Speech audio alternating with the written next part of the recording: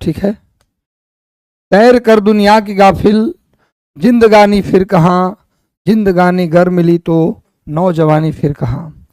गुरु जो ऊर्जा का स्तर है जीवन में, वो आपके जन्म के साथ एक लेवल तक बढ़ता है, एक उम्र तक बढ़ता है। उसके बाद धीरे धीरे उस ऊर्जा के स्तर में कमी आती है। कई बार आपने देखा होगा कि 80 साल के व्यक्ति में भी इतनी ऊर्जा होती है, काम करने की क्षमता भी ज़्यादा होती है। इसका मतलब ऐसा नहीं है कि बहुत ज़्यादा ऊर्जा उनके अंदर है। वो मन की इच्छा शक्ति, मन का जो शक्ति है उसके थ्रू वो काम पे लग जाते हैं और काम करते हैं। उनके अंदर जो मन का मोटिवेशन है वो काम आता है। लेकिन जो प्राकृतिक ऊर्जा है शरीर का, उसकी एक लिमिटेशंस है, एक उम्र है। जन्म के साथ वो बढ़ता है, बढ़ते बढ़ते 20, 22, 25 साल तक वो चरम पे होता है, ये ऊर्जा टॉप पे होता है। और 25 से 30 तक वो ऊर्जा का इस्तेमाल का टाइम होता है।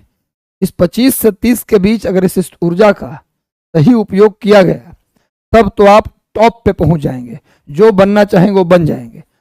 लेकिन 30 के बाद धीरे धीरे उस ऊर्जा का स्तर कमता चला जाता है और 40 तक धीरे धीरे वो समाप्ति की ओर बढ़ता है। 40 के बाद यदि कोई व्यक्ति कार्य कर रहा है तो मन की इच्छा शक्ति से कर रहा है, तो भैया आप इस जवानी को, इस ऊर्जा शक्ति को, इस ताकत का सही इस्तेमाल करिए। 25 साल के आप हैं तो ये मत सोचिए कि अभी तो मेरे पास बहुत समय है। बिहार सरकार में 37 साल तक उम्र होता है, 40 साल तक उम्र होता, हम कर लेंगे। लेकिन जो आप सोच रहे हैं वो सही बात नहीं है। जो समय है वही सबसे परफेक्ट समय है, क्योंकि 30 साल के बाद आपके ऊपर परिवार का, समाज का, गार्जियन का, सबका प्रेशर आता है। अब फिर आप हदबदाने लगते हैं, फिर आप चिड़चिड़े हो जाते हैं, गुस्सैल हो जाते हैं, कूल नहीं रह पाते।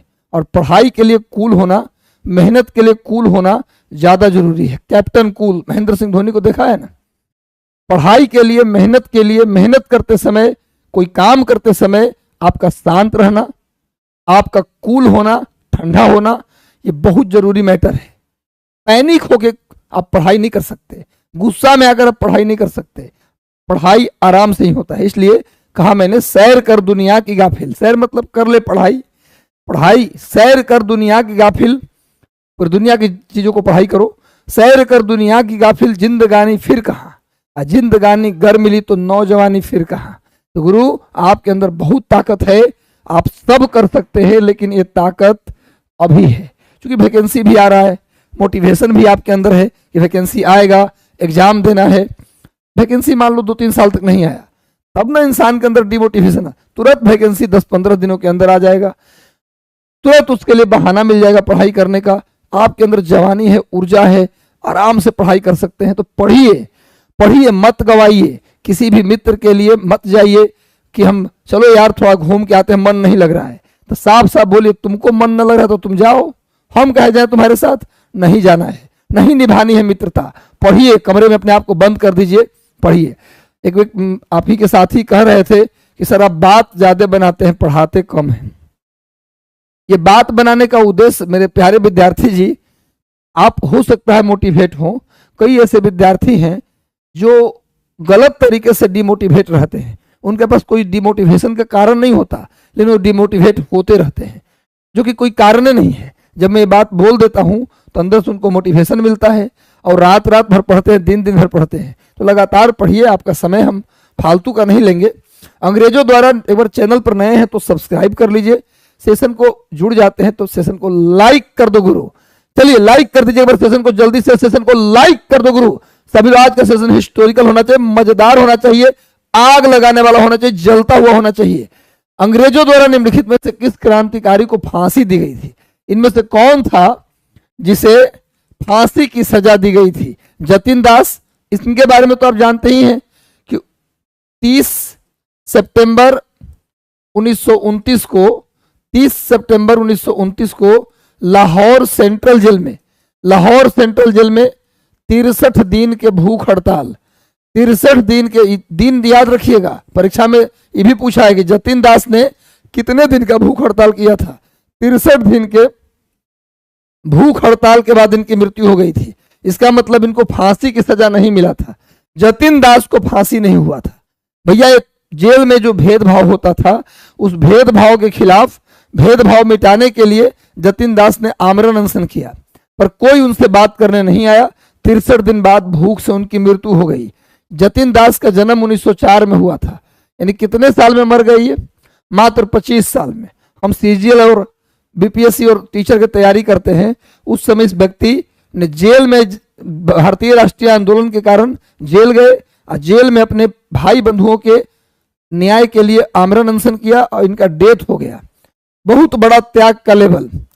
चंद्रशेखर आजाद के बारे में आप जानते हैं, काकोरी ट्रेन लूटकांड, काकोरी ट्रेन लूटकांड और हिंदुस्तान सोशलिस्ट रिपब्लिकन एसोसिएशन के संस्थापकों में से एक, हिंदुस्तान सोशलिस्ट रिपब्लिकन एसोसिएशन के संस्थापक ही कहिए, Hindustan socialist Republican association, Hindustan socialist Republican association जिसकी स्थापना 1928 में किया गया था। कहाँ किया गया था? दिल्ली में किया गया था।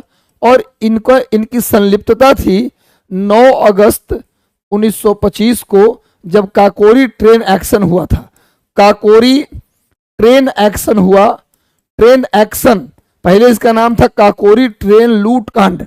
पहले काकोरी में, लखनऊ के निकट काकोरी एक जगह है जहां ट्रेन को लूटा गया था। एक बड़ी दुर्घटना, एक बड़ी घटना, अंग्रेजी इतिहास में, ब्रिटिश इतिहास में दर्ज एक बड़ी घटना थी काकोरी ट्रेन लूट कांड। काकोरी ट्रेन लूट में चंद्रशेखर आजाद, राम प्रसाद बिस्मिल, अशफाक उल्ला खां, राजेंद्र लाहिड़ी, रोशन सिंह, ये सब शामिल थे। इन सब को फांसी दी गई। अशफाक उल्ला खां, राम प्रसाद बिस्मिल, राजेंद्र लाहिड़ी, रोशन सिंह, सब को फांसी दी गई। अकेले चंद्रशेखर आजाद थे जो बच के निकल गए, भाग गए, बच के निकल गए और भाग गए चंद्रशेखर आजाद। एक बार सेशन से जुड़ जाइए।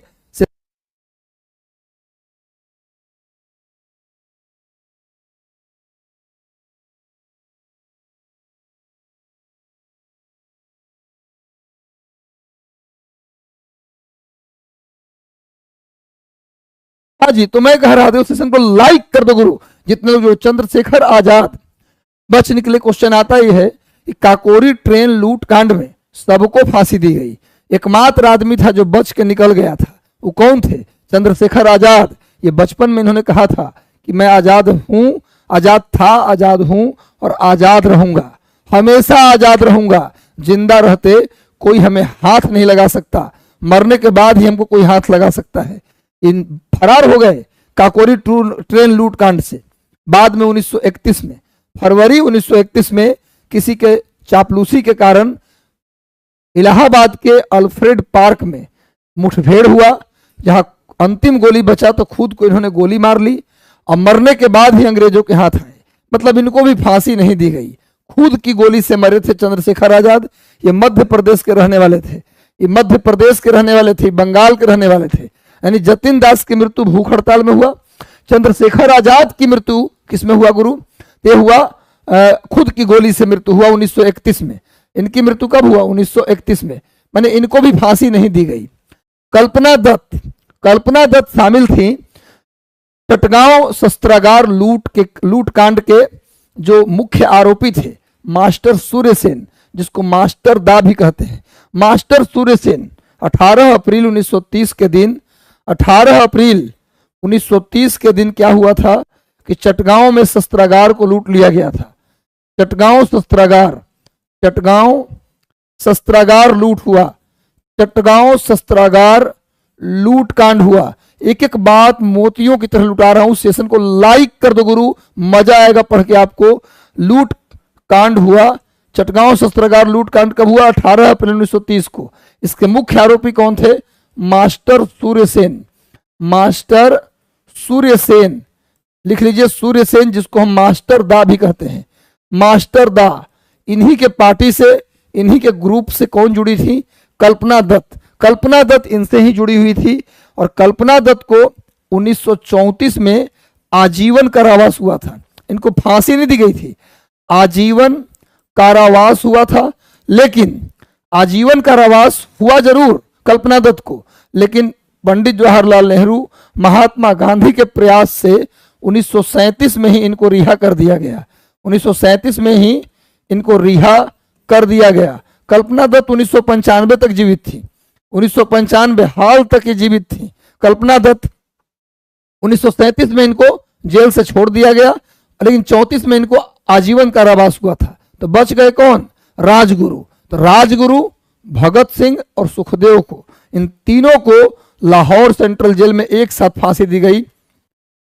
यहां लिख देता हूं, राजगुरु, आंसर क्या इसका हो जाएगा? किसको फांसी दी गई? तो राजगुरु को। राजगुरु, भगत सिंह और सुखदेव, ये तीनों को क्या दिया गया? फांसी दिया गया 23 मार्च 1931 को लाहौर षड्यंत्र केस में। लाहौर षड्यंत्र केस में 23 मार्च 1931 को लाहौर सेंट्रल जेल में फांसी दी गई। कहां फांसी दी गई? लाहौर सेंट्रल जेल में। राजगुरु, भगत सिंह और सुखदेव को फांसी दे दी गई। चलिए, इसका स्क्रीनशॉट अपने आप हो जाता है। अगले क्वेश्चन की ओर बढ़ते हैं। समझ में आ गया? मजा आ गया तो सेशन को लाइक कर दो गुरु, कुछ नहीं छूटेगा, सब कुछ होगा, मजा आएगा पढ़ के, सब याद भी हो जाएगा। जतिन दास याद हो गए, चंद्रशेखर आजाद याद हो गए, काकोरी ट्रेन लूट कांड याद हो गया, HSRA की स्थापना 1928 में दिल्ली में हुआ, ये भी याद हो गया। 18 अप्रैल 1930 को चटगांव शस्त्रागार लूट कांड हुआ। 1934 में मास्टर सूर्य सेन को फांसी दी गई और 1934 में ही कल्पना दत्त को आजीवन कारावास हुआ, लेकिन 1937 में उनको रिहा कर दिया गया। नील की खेती करने वालों को के विरुद्ध विद्रोह को प्रदर्शित करने वाला नाटक नील दर्पण के लेखक कौन है? देखो भैया, नाटक अलग होता है, कहानी अलग होती है, उपन्यास अलग होता है। नाटक की बात करें तो नाटक जो होता है उसमें पात्र होते हैं, पात्र ही आपस में बातचीत करते हैं, तो उसको हम नाटक कहते हैं। किसी भी स्थिति को लेकर अगर पात्र एक दूसरे से बातचीत कर रहे हैं, रमेश ने ये कहा तो सीता ने कहा, तो गणेश ने कहा तो रीता ने ये कहा, तो ये जो है नाटक है। कहानी एक व्यक्ति के जीवन की पूरी गाथा होती है, उसको हम कहानी कहते हैं। और कई कहानी आपस में मिलकर एक बड़ी कहानी का निर्माण करते हैं, तो उसको हम उपन्यास कहते हैं। उपन्यास में, कहानी में सिर्फ एक कहानी होती है, लेकिन उपन्यास में कई लोगों की कहानी, लेकिन वो सभी लोग आपस में कहीं ना कहीं कनेक्टेड होते हैं। उपन्यास जो होता है, जैसे मान लीजिए कि उसमें 20-25 कहानियां हैं, कभी गांव के, कभी शहर के, कभी खलिहान के, अलग अलग लोगों की कहानी है, अलग अलग सेगमेंट में, लेकिन सब आदमी आपस में जुड़े होते हैं। एक परिवेशीगत चीज, उसकी पूरी कहानी लंबी दूरी तक जाता है और कई सारी कहानियां ऐड हो जाती हैं, तो उसको हम उपन्यास कहते हैं। एक नाटक लिखा गया नील दर्पण, नील दर्पण नाटक लिखा गया दीनबंधु मित्र के द्वारा। दीनबंधु मित्र के द्वारा 1859-60 में, 1859-60 में दीनबंधु मित्र ने एक नाटक लिखा जिसका नाम था नील दर्पण। और बता दें आपको मेरे प्यारे दोस्त, बहुत इंपॉर्टेंट बात आपको मैं बताने जा रहा हूं कि नील दर्पण लिखा गया किसके दौरान? तो नील विद्रोह के दौरान। नील विद्रोह के दौरान लिखा गया, जो कि नील विद्रोह कहां हुआ था? बंगाल में। उस समय बंगाल में 5/20 यानी पचकठिया सिस्टम लागू था, 5 कठिया पद्धति लागू था, यानी 1 बीघा में 5 कट्ठा में नील की खेती करने का विचार था। 5 कट्ठे में नील की खेती करवाया जाता था। किसान बहुत परेशान थे। इसी नील की खेती के खिलाफ 1859-60 में ही क्या हुआ? नील विद्रोह हुआ। और इस नील विद्रोह के बाद 5 कठिया पद्धति को 3 कठिया पद्धति में बदल दिया गया।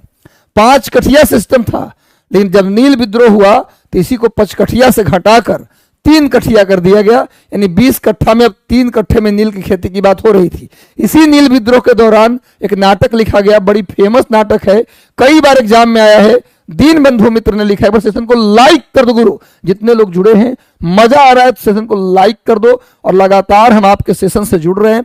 कितना भी था, कभी मुझे लाइव लेने का मन नहीं कर रहा था, क्योंकि मैं 150 किलोमीटर गाड़ी चलाकर खुद से आया हूं, आया मिला के 150 किलोमीटर धूप में।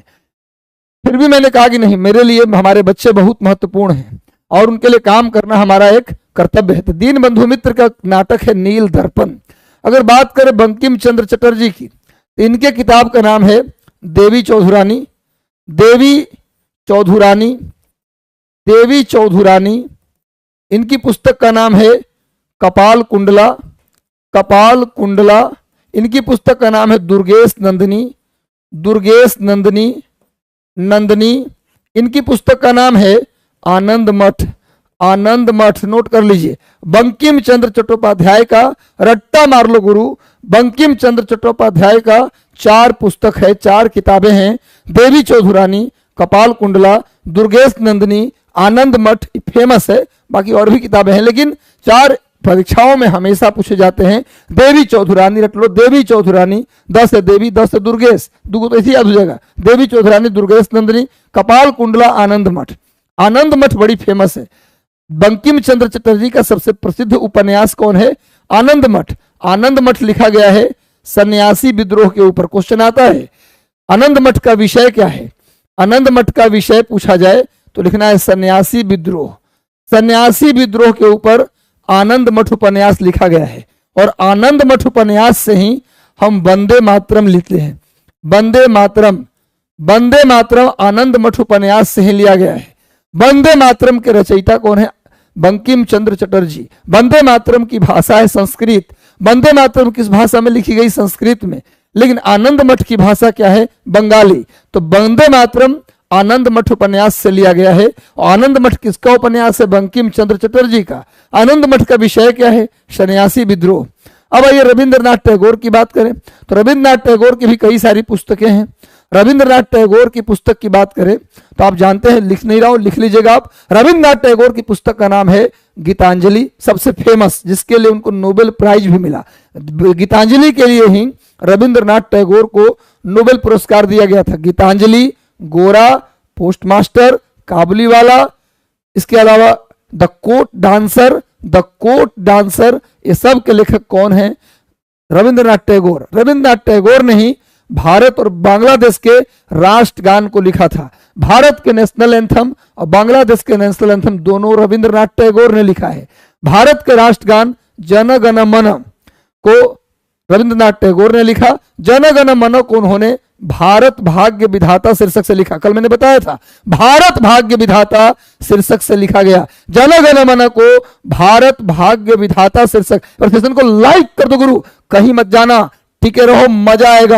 रविंद्रनाथ टैगोर ने भारत भाग्य विधाता शीर्षक से जन गण मन को लिखा। और रविंद्रनाथ टैगोर ने बांग्लादेश के राष्ट्रगान अमार सोनार बांग्ला भी लिखा। रविंद्रनाथ टैगोर पहले भारतीय हैं जिनको क्या मिला था? रविंद्रनाथ टैगोर पहले भारतीय हैं जिनको नोबेल प्राइज दिया गया 1913 में। 1913 में रविंद्रनाथ टैगोर ने जलियांवाला बाग हत्याकांड के बाद नाइटहुड या सर नाइटहुड एक ही चीज है, अलग अलग मत करना। जिसको नाइटहुड मिलता था उसी के नाम में सर लगता था। सर या नाइटहुड की उपाधि लौटा दिया जलियांवाला बाग हत्याकांड के बाद रविंद्रनाथ टैगोर ने असहयोग आंदोलन में बड़े पैमाने पर विदेशी कपड़ों को जलाया गया था। विदेशी कपड़ों को जलाया गया, इस चीज को रविंद्रनाथ टैगोर ने बर्बादी कहा था। रविंद्रनाथ टैगोर की मृत्यु 1941 में हो गया। 1941 में रविंद्रनाथ टैगोर का डेथ हो जाता है। इतनी बात याद रखिए। नवीन चंद्र सेन एक नया नाम आपके सामने आया है। नवीन चंद्र सेन एक नया नाम आपके सामने आया है। इनके बारे में आप जान जाइए। नवीन चंद्र सेन ये बंगाल के एक कवि थे, लेखक थे, और रविंद्रनाथ टैगोर के ही फॉलोअर थे। रविंद्रनाथ टैगोर के ही फॉलोअर थे ये भी नोट कर लिए। भी एक कवि थे, बंगाल के एक लेखक थे, कवि थे, और रविंद्रनाथ टैगोर के फॉलोअर्स में से एक थे। चलिए आगे आते हैं। पहले पचकठिया था, बाद में तिनकठिया हुआ। तिनकठिया पद्धति चंपारण से किसने हटाया? तो महात्मा गांधी के प्रयास से 1917 में। गांधी जी ने चंपारण सत्याग्रह किया 1917 में। और इस सत्याग्रह के बाद तिनकठिया पद्धति की भी क्या कर दी गई? समाप्ति कर दी गई। क्योंकि जिस खेत में नील की खेती होती थी ना, वो खेत बंजर हो जाता था। जिस खेत में नील की खेती होती थी वो खेत क्या हो जाता था? बंजर हो जाता था। आज एक लंबा सेशन चलेगा, टेंशन मत लीजिए, बस आप लगातार टिके रहिए। सेशन को लाइक कर दीजिए। निम्नलिखित में से कौन सा उपन्यास भारत के स्वतंत्रता सेनानियों के लिए प्रेरणा का स्रोत बना? कौन सा उपन्यास? देखिए अब बताइए आप इसमें से भैया कौन सा नोबेल है? आपको बता दें कि जो परीक्षा गुरु है, उपन्यास के बारे में बताया ना कि जो लंबी कहानी हो, एक ऐसा बुक जिसमें कई सारी कहानियों का मिश्रण हो, पर वो कहानी एक दूसरे से जुड़ा हुआ हो। कई सारे कहानियों का मिश्रण हो, कहानी आपस में जुड़ा हो तो उसे उपन्यास कहते हैं। भारत में हिंदी का पहला उपन्यास परीक्षा गुरु था। भारत में हिंदी का पहला उपन्यास या प्रथम उपन्यास किसको बोलते हैं? परीक्षा गुरु को। हिंदी का प्रथम उपन्यास परीक्षा गुरु था, जिसका लेखक थे लाला श्रीनिवास दास। लाला श्रीनिवास दास लेखक थे इसके, नोट कीजिए। परीक्षा गुरु हिंदी का पहला उपन्यास, हिंदी की पहली कहानी, ये भी नोट कर लो, एक टोकरी भर मिट्टी। राजेंद्र बाला घोष की एक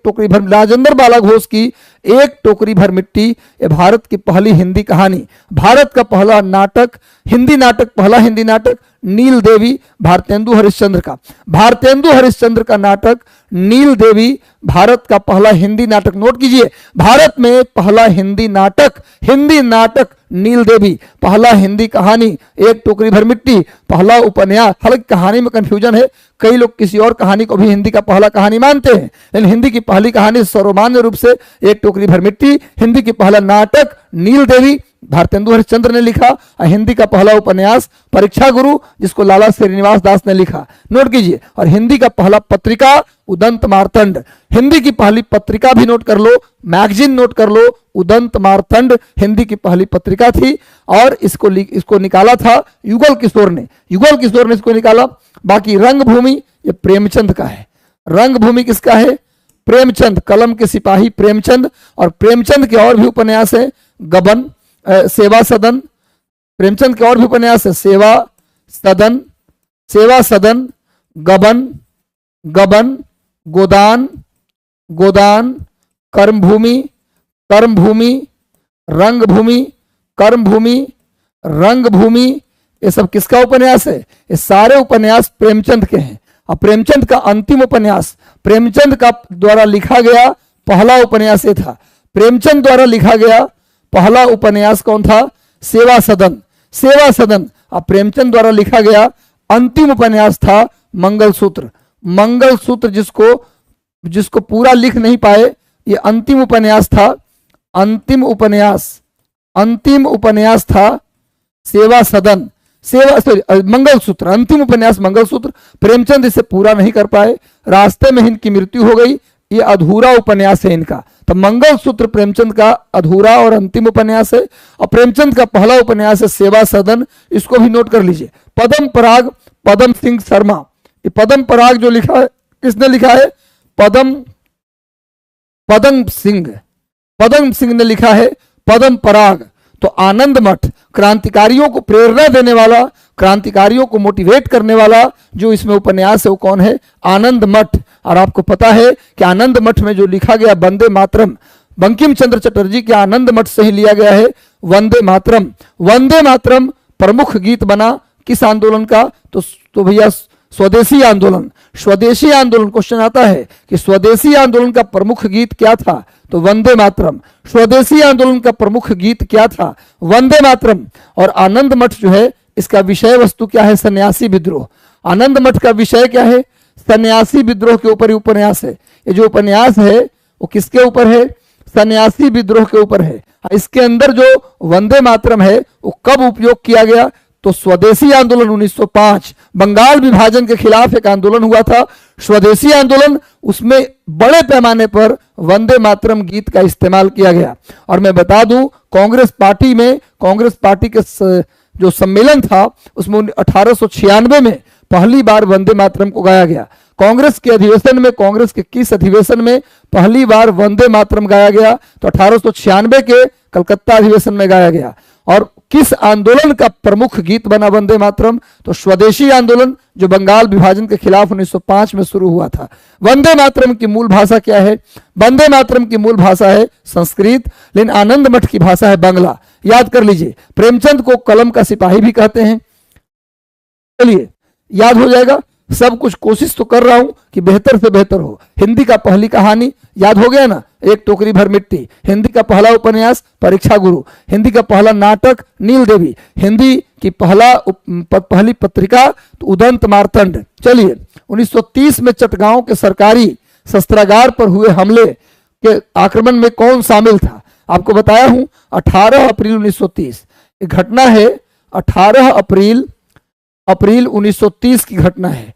18 अप्रैल 1930 की घटना है। एक बार सेशन से जुड़ जाइए सभी लोग, सेशन को लाइक कर दीजिए, हो सके तो लिंक कॉपी करके अपने व्हाट्सएप स्टेटस में लगा लीजिए ताकि अधिकतम लोग इससे जुड़ जाएं। चलिए भैया जल्दी से एक बार सेशन को आप लाइक कर दीजिए जितने लोग जुड़े हैं, इसका जल्दी से उत्तर दीजिए। अभी बता चुका हूं इसका आंसर भैया 1930, 18 अप्रैल 1930 को क्या हुआ? 18 अप्रैल 1930 को क्या हुआ गुरु? ये 18 अप्रैल 1930 को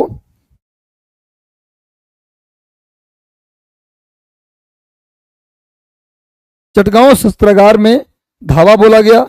चटगांव शस्त्रागार को लूटा गया। चटगांव शस्त्रागार को लूट लिया गया किसके द्वारा? मास्टर सूर्यसेन, जिसको मास्टर दा भी कहते हैं। मास्टर सूर्यसेन ने चटगांव शस्त्रागार को कब लूटा? 18 अप्रैल 1930 को। और इनको फांसी कब दी गई? तो 1934 में। 1934 में इसी घटना के लिए इनको फांसी दी गई। नोट कर लीजिए, आगे चलते हैं, इसका डिस्कशन कर चुका हूं। लाहौर षड्यंत्र मामला किसके विरुद्ध रजिस्टर किया गया था? इनमें से कौन व्यक्ति था जिसके खिलाफ लाहौर षड्यंत्र केस रजिस्टर हुआ था? मैं बता दूं कि उस समय भारत में साइमन कमीशन आया हुआ था। साइमन कमीशन बड़ी फेमस है और कई बार इससे प्रश्न आए हैं। साइमन कमीशन के जितने भी मेंबर थे सब अंग्रेज थे, ब्रिटिश थे, इसीलिए भारतीयों में रोष था। चूंकि भारत में कानून बना था 1919 में मॉन्टेग्यू चेम्सफोर्ड रिफॉर्म के आधार पर। मॉन्टेग्यू चेम्सफोर्ड रिफॉर्म के आधार पर 1919 में कानून बना। ये पूरी की पूरी कानून भारतीयों के मंशा के खिलाफ बना। भारत के लोग जो चाहते थे उसके खिलाफ मॉन्टेग्यू चेम्सफोर्ड रिफॉर्म 1919 जो बना उसमें भारतीयों से कोई राय विचार नहीं किया गया। अब अंग्रेजों को लगा कि यदि बिना भारतीयों के राय विचार के हमने कानून बना दिए हैं, वर्ल्ड वार में हमने कहा था प्रथम विश्व युद्ध उसी समय चला था, तो 1914 से 1918 तक चला प्रथम विश्व युद्ध है, उसमें भारतीय अंग्रेजों को सपोर्ट नहीं कर रहे थे। कहानी समझिएगा, बहुत इंपॉर्टेंट है। 1914 से 18 प्रथम विश्व युद्ध फर्स्ट वर्ल्ड वार शुरू हुआ तो ब्रिटिश सरकार ने भारतीयों से अपील किया कि आप मुझे मदद कीजिए, आप जो बोलिएगा हम वो करेंगे। लेकिन भारतीयों को पता था कि धोखा देगा, इसीलिए भारतीय ब्रिटिश सरकार को सपोर्ट करने से मना कर दिए। लेकिन जब गांधी जी भारत लौटे अफ्रीका से, तब गांधी जी को ब्रिटिश सरकार ने अप्रोच किया कि गांधी जी आप अगर बोल दीजिएगा भारतीयों को तो हमें वो मदद कर देंगे फर्स्ट वर्ल्ड वार में। गांधी जी को लगा कि भाई मदद कर देगा। इन्होंने अपील किया पूरे भारतीयों से कि आप अंग्रेजों को, ब्रिटिश सरकार को फर्स्ट वर्ल्ड वार में मदद कीजिए, हम गारंटी लेते हैं कि आप जो चाहिएगा वही ये लोग करेंगे। लेकिन 1918 में जैसी विश्व युद्ध समाप्त हुआ, बात मानना तो दूर कहिए, इतने सारे तरह तरह के कानून ला दिए जिसमें भारतीयों को न बोलना, न भारतीय बोल सकते थे, न कुछ स्वतंत्रता से कर सकते थे, उल्टा तरह तरह के कानून लाया गया। यानी कि भारतीयों को भी धोखा मिला और गांधी जी को भी धोखा मिला। गांधी जी को विश्वास था कि अंग्रेज से जो हम बोलेंगे वो करेगा, लेकिन ऐसा हुआ नहीं, धोखा दिया गया। ऊपर से रॉलेट एक्ट लाया गया। रॉलेट एक्ट ला करके डॉक्टर सत्यपाल सैफुद्दीन किचलू को गिरफ्तार किया गया। जब हम लोगों ने रॉलेट एक्ट का विरोध किया तो जलियांवाला बाग हत्याकांड कर दिया गया। इतने बड़े बड़े कानून लाए गए। उसी समय हमसे बिना पूछे, यानी हमारे देश से बिना पूछे, मॉन्टेग्यू चेम्सफोर्ड रिफॉर्म के आधार पर 1919 का अधिनियम आ गया। अब ब्रिटिश सरकार को लग रहा था कि भैया बिना पूछे कानून ला दिए हैं तो पूरा भारत इसका विरोध करेगा, तो कुछ तिकड़म लगाते हैं, कुछ उपाय लगाते हैं। उसने कहा कि सुनिए, ज्यादा चिल्लाइए मत आप लोग, ये जो कानून बना है ना इसको 10 साल तक रहने दीजिए, 10 साल बाद ये कानून को हम चेक करवाएंगे। अब नियम बन जाएगा ब्रिटिश सरकार में कि कोई भी कानून ब्रिटिश सरकार बनाएगी तो हर 10 साल पर एक कमेटी बनेगा और वही कमेटी इस कानून को चेक करेगा कि भैया ये कानून कैसा है। भारतीयों ने कहा कि पगला दिए हो क्या, 10 साल तक हम इस कानून को झेलेंगे। कानून बनाने से पहले चेक कराओ कानून सही है कि नहीं है, कानून बनाने के बाद 10 साल के बाद उसकी समीक्षा होगी। भारतीयों ने पूरा विरोध करने लगा, भारत का पूरा विरोध आने लगा। ये कानून 1919 में बना था और उसका जो समीक्षा होना था, उसकी जो चेकिंग होनी थी कमेटी बनाकर 1929 में, हर 10 साल पर 1929 में होना था। 19 के कानून का चेकिंग 1929 में होना था। लेकिन भारतीयों ने इतना विरोध किया 1927 में ही, नवंबर 1927 में ही इस 1919 के अधिनियम की जांच के लिए एक कमेटी बना। उसी कमेटी का नाम था साइमन कमीशन।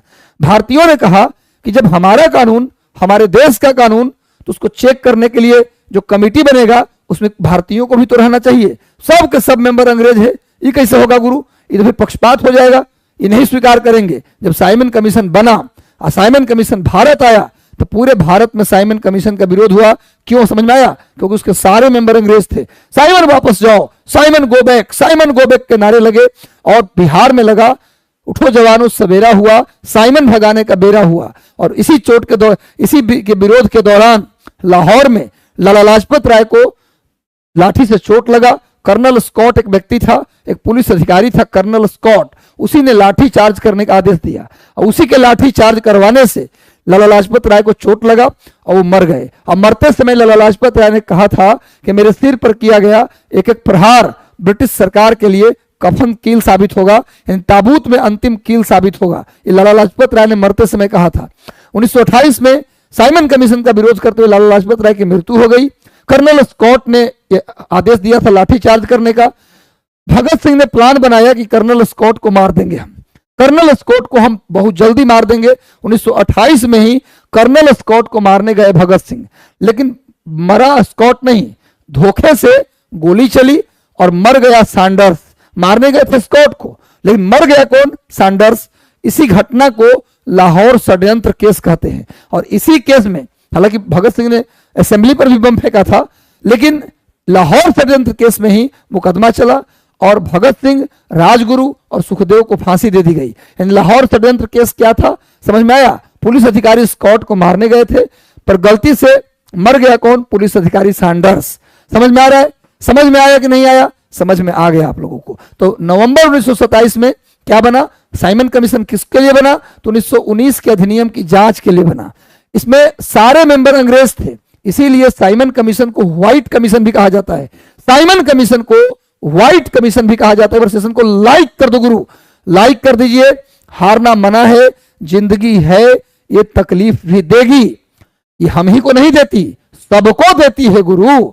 बिना तकलीफ के जिंदगी का मजा क्या है भैया? जिसके जीवन में अंधेरा है उसे उजालों की कीमत पता है। उसने उजाला का मजा उसी ने भोगा जिसके पास अंधेरा भी कभी रहा होगा। इसलिए प्लीज घबराना नहीं है, रात दिन पढ़ाई करो। अगर हम 50 MCQ या 30 MCQ कराते हैं तो घर पे जाके गुना 10 कर लो। 300 MCQ घर पे जाके खुद रटो।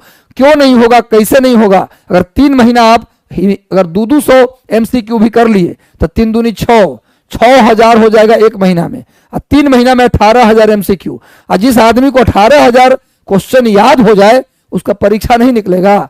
करिएगा बदमाशी, आराम से निकलेगा गुरु। एक बार करके तो देखिए, अप्लाई तो कीजिए। भगत सिंह, नोट कर लीजिए, भगत सिंह इन्होंने 1926 में इन्होंने भारत नौजवान सभा बनाया था। भारत नौजवान सभा बनाया था। इनकी एक किताब भी थी, भगत सिंह की पुस्तक थी जिसका नाम था मैं नास्तिक क्यों हूं। मैं नास्तिक क्यों हूं, भगत सिंह की पुस्तक का नाम था मैं नास्तिक क्यों हूं। और भगत सिंह को फांसी कब दी गई थी? तो 23 मार्च 1931 को इनको भगत सिंह, राजगुरु सुखदेव को लाहौर सेंट्रल जेल में फांसी दी गई थी। बीडी सावरकर इन्होंने 1904 में अभिनव भारत, महाराष्ट्र की पहली क्रांतिकारी संगठन अभिनव भारत की स्थापना की। अभिनव भारत की स्थापना किसने किया? बीडी सावरकर। चंद्रशेखर आजाद के बारे में भी बता चुका हूं। अरविंद घोष की बात करेंगे तो अरविंद घोष ने एक किताब लिखा था जिसका नाम था a new lamp for old. A new lamp for old. अगर हमारा सेशन रोज आप लोग देखते होंगे तो याद होगा, हमने एक कहानी बताया था कि जब कांग्रेस में जितने बुजुर्ग लोग थे वो हाथ जोड़ के मांगते थे अपना अधिकार। अंग्रेजों से कांग्रेस के बुजुर्ग लोग हाथ जोड़ के अपना अधिकार मांगते थे। ये बात अरविंद घोष, लाला लाजपत राय, बाल गंगाधर तिलक, ऐसे लोगों को पसंद नहीं था। ये लोग यूथ थे, ये लोग कहते थे भैया हाथ जोड़ने से अधिकार नहीं मिलेगा, उनको बम मारना पड़ेगा तब वो अधिकार देंगे। अब इस चीज को समझाने के लिए कई सारे चिट्ठी लिखते थे अरविंद घोष।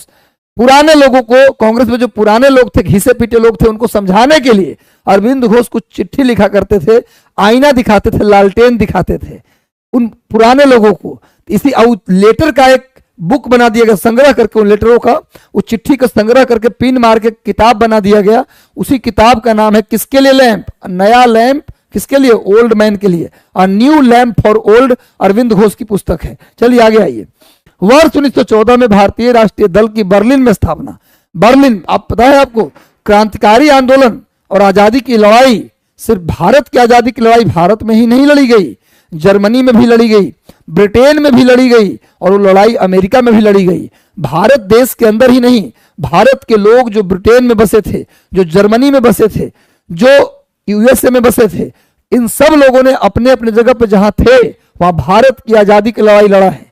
आज भले ही लोग अमेरिका में जाके जॉब कर लेते हैं तो भारत को भूल जाते हैं, ये अलग बात है, लेकिन उस जमाने में जो क्रांतिकारी, जो पढ़े लिखे लोग विदेश में बसे थे, भारत की आजादी के लिए उन्होंने विदेश में भी लड़ाई लड़ी। तो विदेश में 1914 में भारतीय राष्ट्रीय दल की बर्लिन में स्थापना। बर्लिन जर्मनी की राजधानी है, जर्मनी की राजधानी है बर्लिन, बर्लिन जर्मनी की राजधानी है। और मेरे प्यारे दोस्त, जर्मनी की राजधानी है बर्लिन, स्प्री नदी के किनारे है। बर्लिन की जर्मनी की राजधानी बर्लिन स्प्री नदी के किनारे स्थित है। स्प्री नदी के किनारे कौन है, बर्लिन स्थित है। तो भारतीय राष्ट्रीय दल का बर्लिन में स्थापना 1914 में किसने किया, तो चंपाकरम पिल्लई। चंपाकरम पिल्लई ने, चंपा नया नाम आ गया, देखो नया क्वेश्चन, नया नाम। हर दिन कोशिश कर रहा हूं कुछ नई बात आपको मिले, हर दिन प्रयास कर रहा हूं कि बेहतर से बेहतर आपका सेशन हो, कुछ नई बात लाएं आपके लिए। गुरु चंपाकरम पिल्लई, चंपाकरम पिल्लई जो थे वो कौन थे भैया, इन्होंने भारतीय राष्ट्रीय दल की स्थापना की थी। बाकी सुभाष चंद्र बोस के बारे में मैं आपको बता चुका हूं। मैं एक चीज और बता दूं कि जर्मनी में ही एक जगह है स्टूटगार्ट, जर्मनी में ही एक जगह है स्टूटगार्ट, नोट कर लीजिए। 1907 में पहली बार यहीं पर भारत का झंडा फहराया गया था। पहली बार भारत का झंडा फहराया गया। किसके द्वारा फहराया गया, मैडम भीखाजी कामा, मैडम भीखाजी कामा, नोट कर लीजिए। मैडम भीखाजी कामा को के द्वारा जर्मनी के स्टूटगार्ट में भारत का तिरंगा। क्वेश्चन आता है कि भारत का झंडा पहली बार विदेश में फहराने वाली महिला कौन थी, तो मैडम भीखाजी कामा। मैडम भीखाजी कामा ने ही पहली बार विदेशी धरती पर भारत का झंडा फहराया। इससे पहले किसी ने भारत का झंडा विदेशी धरती पर नहीं फहराया था। पहली महिला, पहली व्यक्तित्व, पहली पर्सनैलिटी मैडम भीखाजी कामा थी, जिन्होंने विदेशी धरती पर जर्मनी के स्टूटगार्ट में क्या फहराया, भारत का झंडा फहराया। 1907, ये भी याद कर लीजिए, 1907 में फहराया। मैडम भीखाजी कामा दादा भाई नौरोजी की निजी सचिव, पर्सनल सेक्रेटरी भी रही थी। मैडम भीखाजी कामा दादा भाई नौरोजी की निजी सचिव रही थी। और मैडम भीखाजी कामा को भारतीय स्वतंत्रता आंदोलन की मां, यानी कि मदर ऑफ इंडियन इंडिपेंडेंस भी मैडम भीखाजी कामा को कहते हैं। और ये कामा दादा भाई नौरोजी की निजी सचिव भी रही थी। जर्मनी से इतनी कहानी हो गया। 1900 और जर्मनी के एकीकरण में किसका योगदान था, बिस्मार्क का। जर्मनी को एक करने में किसका सबसे बड़ा योगदान था, बिस्मार्क का। जर्मनी के एकीकरण, जैसे भारत के एकीकरण में सरदार वल्लभ भाई पटेल का हाथ था, उसी तरह जर्मनी के एकीकरण में बिस्मार्क का हाथ था। इसलिए भारत का बिस्मार्क किसको कहते हैं, सरदार वल्लभ भाई पटेल को भारत का बिस्मार्क कहा जाता है। जर्मनी के एकीकरण में बिस्मार्क का सबसे बड़ा रोल था और भारत के एकीकरण में पटेल जी का योगदान था। इसीलिए भारत का बिस्मार्क किसको बोलते हैं, गुरु, सरदार वल्लभ भाई पटेल को। जर्मनी से इतनी जानकारी काफी है। अब बात करते हैं हम लोग, किसने भारतीय राष्ट्रीय दल की स्थापना किया बर्लिन में, चंपाकरम पिल्लई। सुभाष चंद्र बोस की बात करें तो सुभाष चंद्र बोस चौथे भारतीय थे जिन्होंने आईसीएस की परीक्षा, यानी सिविल सर्विसेज, यानी आईएएस, जो आजकल आईएएस है, पहले उसको आईसीएस ही कहते थे। पहले 1947 से पहले 1947 जब देश आजाद हुआ, उससे पहले तक आईएएस की परीक्षा को हम आईसीएस की परीक्षा कहते थे। आईसीएस का नाम बदल के आईएएस कर दिया गया 1947 में। ये भी जीके हुआ आपके लिए। 1947 में आईसीएस का नाम बदल के आईएएस कर दिया गया। और सुभाष चंद्र बोस चौथे भारतीय थे जिन्होंने आईसीएस की परीक्षा पास की थी। पहले भारतीय थे सत्येंद्र नाथ टैगोर, जिन्होंने आईसीएस की परीक्षा पास की, सत्येंद्र नाथ टैगोर। दूसरे आईसीएस थे सुरेंद्र नाथ बनर्जी। तीसरे आईसीएस थे अरविंद घोष और चौथे आईसीएस थे सुभाष चंद्र बोस। सुभाष चंद्र बोस को देश नायक किसने कहा था? तो रविंद्रनाथ टैगोर ने सुभाष चंद्र बोस को देश नायक कहा था। और सुभाष चंद्र बोस ने ही पहली बार सिंगापुर के रेडियो स्टेशन से महात्मा गांधी को राष्ट्रपिता कहा। महात्मा गांधी को राष्ट्रपिता किसने कहा था? सुभाष चंद्र बोस ने। सुभाष चंद्र बोस ने जय हिंद का नारा दिया। सुभाष चंद्र बोस ने दिल्ली चलो का नारा दिया। और तुम मुझे खून दो मैं तुम्हें आजादी दूंगा, ये सुभाष चंद्र बोस ने नारा दिया। सुभाष चंद्र बोस के एक पुस्तक है इंडियन स्ट्रगल सुभाष चंद्र बोस के किताब का नाम है। और 1939 में सुभाष चंद्र बोस ने फॉरवर्ड ब्लॉक बनाया। सुभाष चंद्र बोस ने 1939 में फॉरवर्ड ब्लॉक बनाया था। और सुभाष चंद्र बोस 2 बार कांग्रेस की अध्यक्षता किए थे। पहली बार 1938 में हरिपुरा में और दूसरी बार 1939 में मध्य प्रदेश के त्रिपुरी में। 2 बार उन्होंने कांग्रेस की अध्यक्षता की, 1938 के हरिपुरा में, गुजरात के हरिपुरा में, 1939 में मध्य प्रदेश के त्रिपुरी में। सुभाष चंद्र बोस और जवाहरलाल नेहरू ने मिलकर 1928 में इंडिया इंडिपेंडेंस लीग या इंडिपेंडेंस फॉर इंडिया लीग की स्थापना 1928 में सुभाष चंद्र बोस और जवाहरलाल नेहरू ने किया था।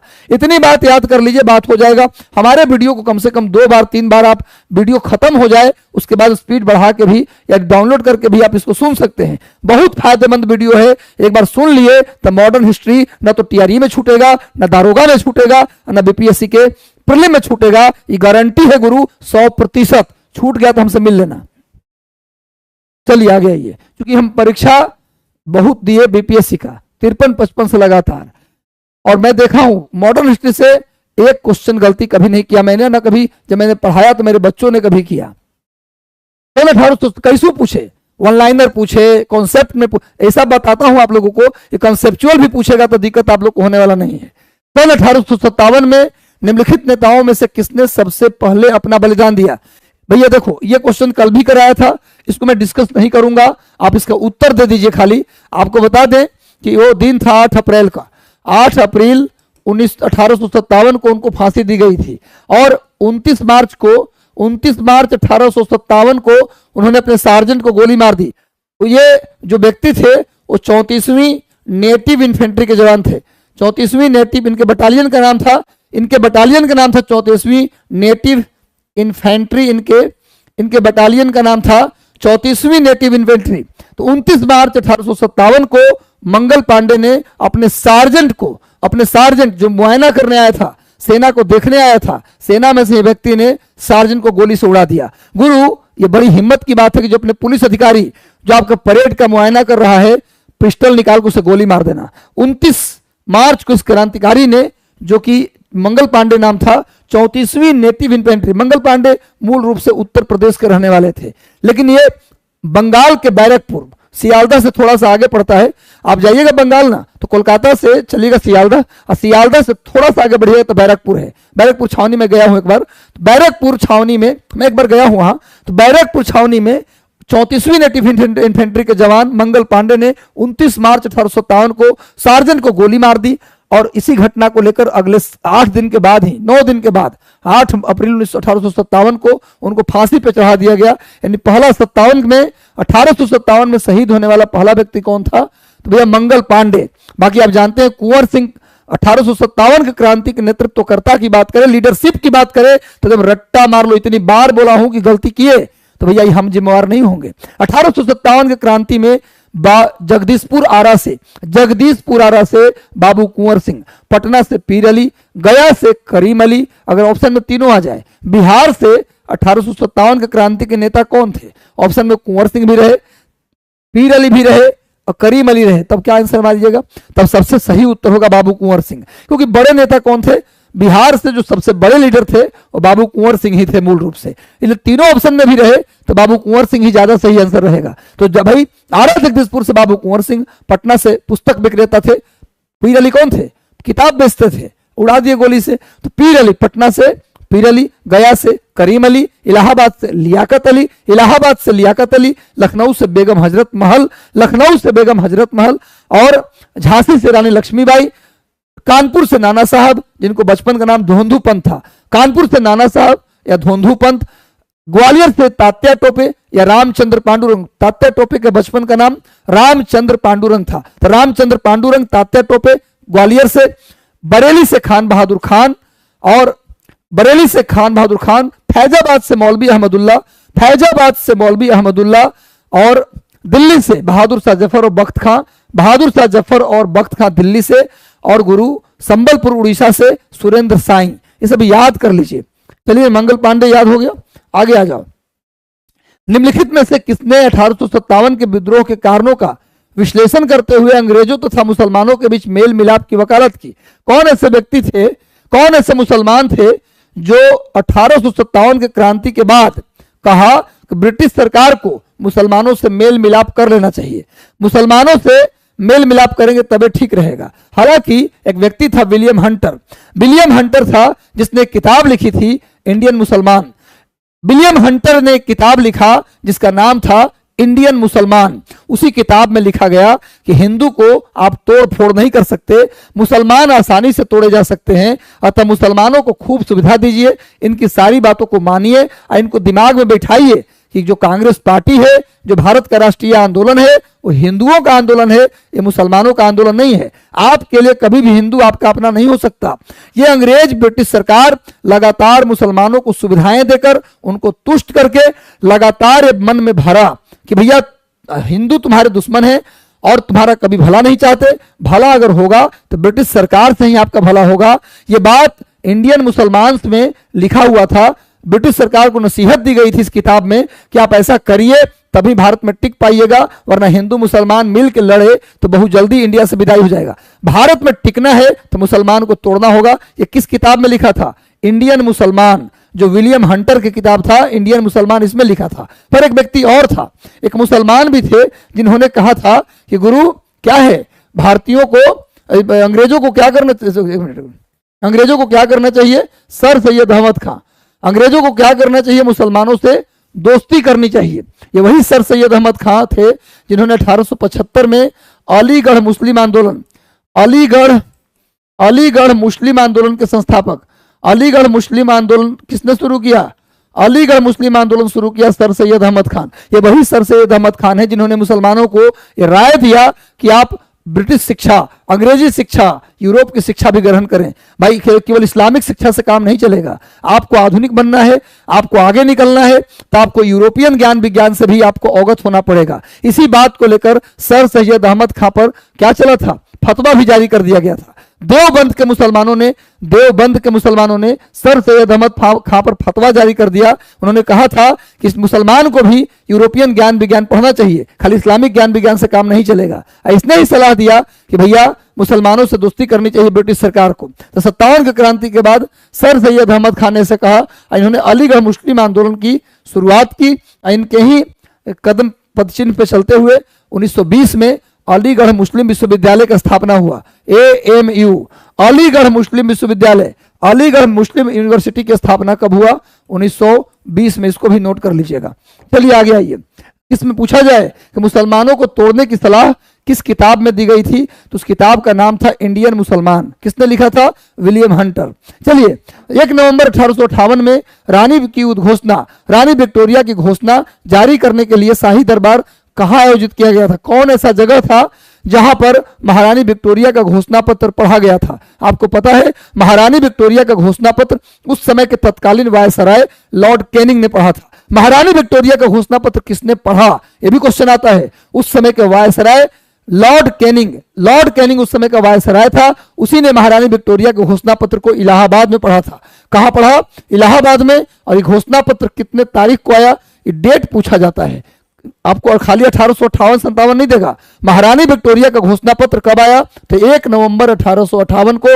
1 नवंबर, ये डेट याद कर लेना बहुत जरूरी है। सेशन को लाइक कर दो गुरु, जितने लोग जुड़े हैं, मजा आ रहा है तो। चलिए, अब तो कोई शिकायत ना, लोग शिकायत कर रहे थे कि सर आप खाली बतियाते हैं, पढ़ाते कम है। तो ऐसा तो ना है भाई, बतियाते हैं तो भी उसका उद्देश्य होता है आपको मोटिवेट करना, थोड़ा आपको टिकाए रखना। तो अगर सेशन को लाइक कर दो गुरु, जितने लोग 524 लोग जुड़े हैं, 524 लाइक हमको आना चाहिए सामने से। चलो गुरु, इलाहाबाद में दिल्ली दरबार हुआ, दिल्ली का शाही दरबार हुआ, और उसमें 1 नवंबर 1858 को इलाहाबाद में लॉर्ड कैनिंग, जो उस समय के वायसराय थे, उन्होंने क्या पढ़ा? महारानी विक्टोरिया का घोषणा पत्र पढ़ा। आगे आइए। निम्नलिखित में से किस घटना ने इंग्लैंड के सम्राट को भारतीय शासन को अपने अधीन कर लेने के लिए प्रेरित किया? बताइए कौन सी घटना थी जिसके बाद ब्रिटिश भारतीय प्रशासन को ब्रिटेन ने अपने इंग्लैंड के सम्राट ने अपने अपने अंदर में ले लिया, मतलब ईस्ट इंडिया कंपनी का अंत हुआ। कौन सी घटना थी जिसके बाद ईस्ट इंडिया कंपनी के शासन का अंत हो गया? आपको पता है, भारत में व्यापारी बनकर आया था ईस्ट इंडिया कंपनी, भारत में व्यापार करने के लिए, भारत को पूरी तरीके से लूटने के लिए। सन 1600 में जब भारत का बादशाह अकबर था, भारत का मुगल बादशाह अकबर था, उस समय 1600 में इंग्लैंड में एक कंपनी बनी, लुटेरों की कंपनी, जिसका नाम था east India company. East India company बनी उस समय भारत का सम्राट अकबर था, लेकिन जब ईस्ट इंडिया कंपनी भारत आया तब भारत का सम्राट था जहांगीर, अकबर का बेटा सलीम, जिसको हम जहांगीर बोलते हैं। जहांगीर, पूछा जाए ईस्ट इंडिया कंपनी जब स्थापित हुआ इंग्लैंड में 1600 में, तब भारत का सम्राट कौन था? अकबर। लेकिन जब आया भारत तब कौन भारत का सम्राट था? जहांगीर। नोट कर लीजिए। और मेरे प्यारे दोस्त, तब से लेकर भारत में व्यापार भी किया ईस्ट इंडिया कंपनी, और धीरे धीरे पूरे भारतवर्ष को अपने कब्जे में ले लिया। कर्नाटक, तीसरा कर्नाटक युद्ध से, सुन लीजिए बात बहुत इंपॉर्टेंट है, तीसरा कर्नाटक युद्ध से 1763 में, तीसरा कर्नाटक युद्ध कब खत्म हुआ? 1763 में। 1763 में पूरा दक्षिण भारत एक तरीके से किसके कब्जे में आ गया? ब्रिटिश कब्जे में आ गया। सारे फेल हो गए, डच, पुर्तगाल, फ्रेंच सब धराशायी हो गए। एक्चुअली कर्नाटक का जो युद्ध हुआ था वो मूल रूप से ब्रिटेन और फ्रांस के बीच, ब्रिटेन और फ्रांस, प्रथम कर्नाटक युद्ध, द्वितीय कर्नाटक युद्ध, तृतीय कर्नाटक युद्ध, 3 कर्नाटक युद्ध हुआ। तीनों कर्नाटक युद्ध में ब्रिटेन और फ्रांस आपस में लड़े, ब्रिटेन और फ्रांस, यानी कि दक्षिण भारत में तगड़ी लड़ाई थी। डच और पुर्तगाल और डेनिस कहां चले गए कोई ठिकाना नहीं था, सब फेंका गए, सब फेंका गए। बच गए थे कौन? तो बच गए थे ब्रिटिश और फ्रांस, फ्रांस और ब्रिटिश। लेकिन तीसरा कर्नाटक युद्ध के बाद फ्रांस भी धराशायी हो गया। अब पूरे दक्षिण भारत पर ब्रिटेन सरकार का कब्जा हो गया 1763 में। लेकिन 1764 में, अगले ही साल 1764 में, अगले ही साल बक्सर का युद्ध हुआ, और इस युद्ध के बाद पूरा उत्तर भारत अंग्रेज के कब्जे में आ गया। दक्षिण भारत अंग्रेज के कब्जे में कब आया? 1763 में। 1763 में फ्रांस गायब हो गया, अब पूरे साउथ इंडिया कब्जे में आ गया। कर्नाटक युद्ध के बाद किसके कब्जे में? अंग्रेज के कब्जे में, ब्रिटिश कब्जे में। अब पूरा उत्तर भारत कब कब्जे में आया? 1700, अगले ही साल 1764 में, बक्सर की लड़ाई के बाद। ये दो ऐसी लड़ाइयां थी जो एक तरह से ब्रिटेन की सरकार को, ब्रिटेन की जो सत्ता थी पूरे भारत में स्टैब्लिश करने में मदद दिया। यानी पूछा जाए कि दक्षिण भारत में कौन सा युद्ध था जो निर्णायक युद्ध साबित हुआ ब्रिटेन के लिए, तो तृतीय कर्नाटक युद्ध, तीसरा कर्नाटक युद्ध 1763 में समाप्त हुआ। ये क्या था? ये चला 7 साल। तृतीय कर्नाटक युद्ध मूल रूप से 7 साल चला था, 1756 से 63 तक। लेकिन 63 में जब खत्म हुआ तब ये पूरे दक्षिण भारत को अपने कब्जे में लिए, और 1764 में बक्सर के युद्ध से उत्तर भारत को ले लिए, यानी पूरा भारत इनके कब्जे में आ गया। तब से लेके 1857 का जो सिपाही विद्रोह हुआ तब तक ईस्ट इंडिया कंपनी का ही शासन चलता रहा। ईस्ट इंडिया कंपनी के जो पदाधिकारी थे महाभ्रष्ट पदाधिकारी होते थे। कंपनी इतना पैसा कमाती थी फिर भी भारत में कंपनी हमेशा घाटे में रहती थी। जैसे आजकल रेलवे हमेशा घाटे में रहता है, रेल में ठूस ठूस के यात्री जाते हैं, सब कुछ होता है, फिर भी रेलवे घाटे में चलती है। वैसे ही क्या भैया, वैसे ही प्राचीन काल में ईस्ट इंडिया कंपनी भी घाटे में रहती थी। ईस्ट इंडिया कंपनी के जो पदाधिकारी थे बड़े लेवल पर भ्रष्टाचार करते थे। ऐसा स्थिति हुआ कि भारत में उनके करप्शन, उनके शासन के जो त्रुटियां थी, इसके कारण 1857 की क्रांति हुई। इस क्रांति के में ब्रिटेन सरकार की जीत हुआ। लेकिन क्रांति हुआ क्यों? क्योंकि क्रांति हुआ तो सिर्फ हम तो हार गए, लेकिन नुकसान उनका भी तो हुआ। तो ब्रिटेन की जो सत्ता थी, ब्रिटेन की जो महारानी थी, उन्होंने कहा कि सब हुआ है ईस्ट इंडिया कंपनी के कारण, इसलिए ईस्ट इंडिया कंपनी को समाप्त करो और सीधा शासन हमारे अंदर लेके आओ। तो 1857 का वो सिपाही विद्रोह था, जिसके बाद ब्रिटिश शासन, जो भारत में ब्रिटेन का शासन था, वो इंग्लैंड के सम्राट के अंदर चला आया। समझ में आया? मजा आया गुरु? सेशन को लाइक कर दो गुरु, जितने लोग जुड़े हो। कहानी समझ में आ रहा है कि नहीं आ रहा है?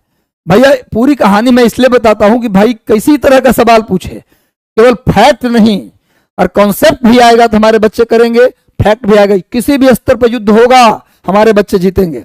चलिए, 1877 के इंपीरियल दरबार में हाथ से काती हुई खादी के कपड़े पहनकर कौन गया था? वाह क्या सवाल है।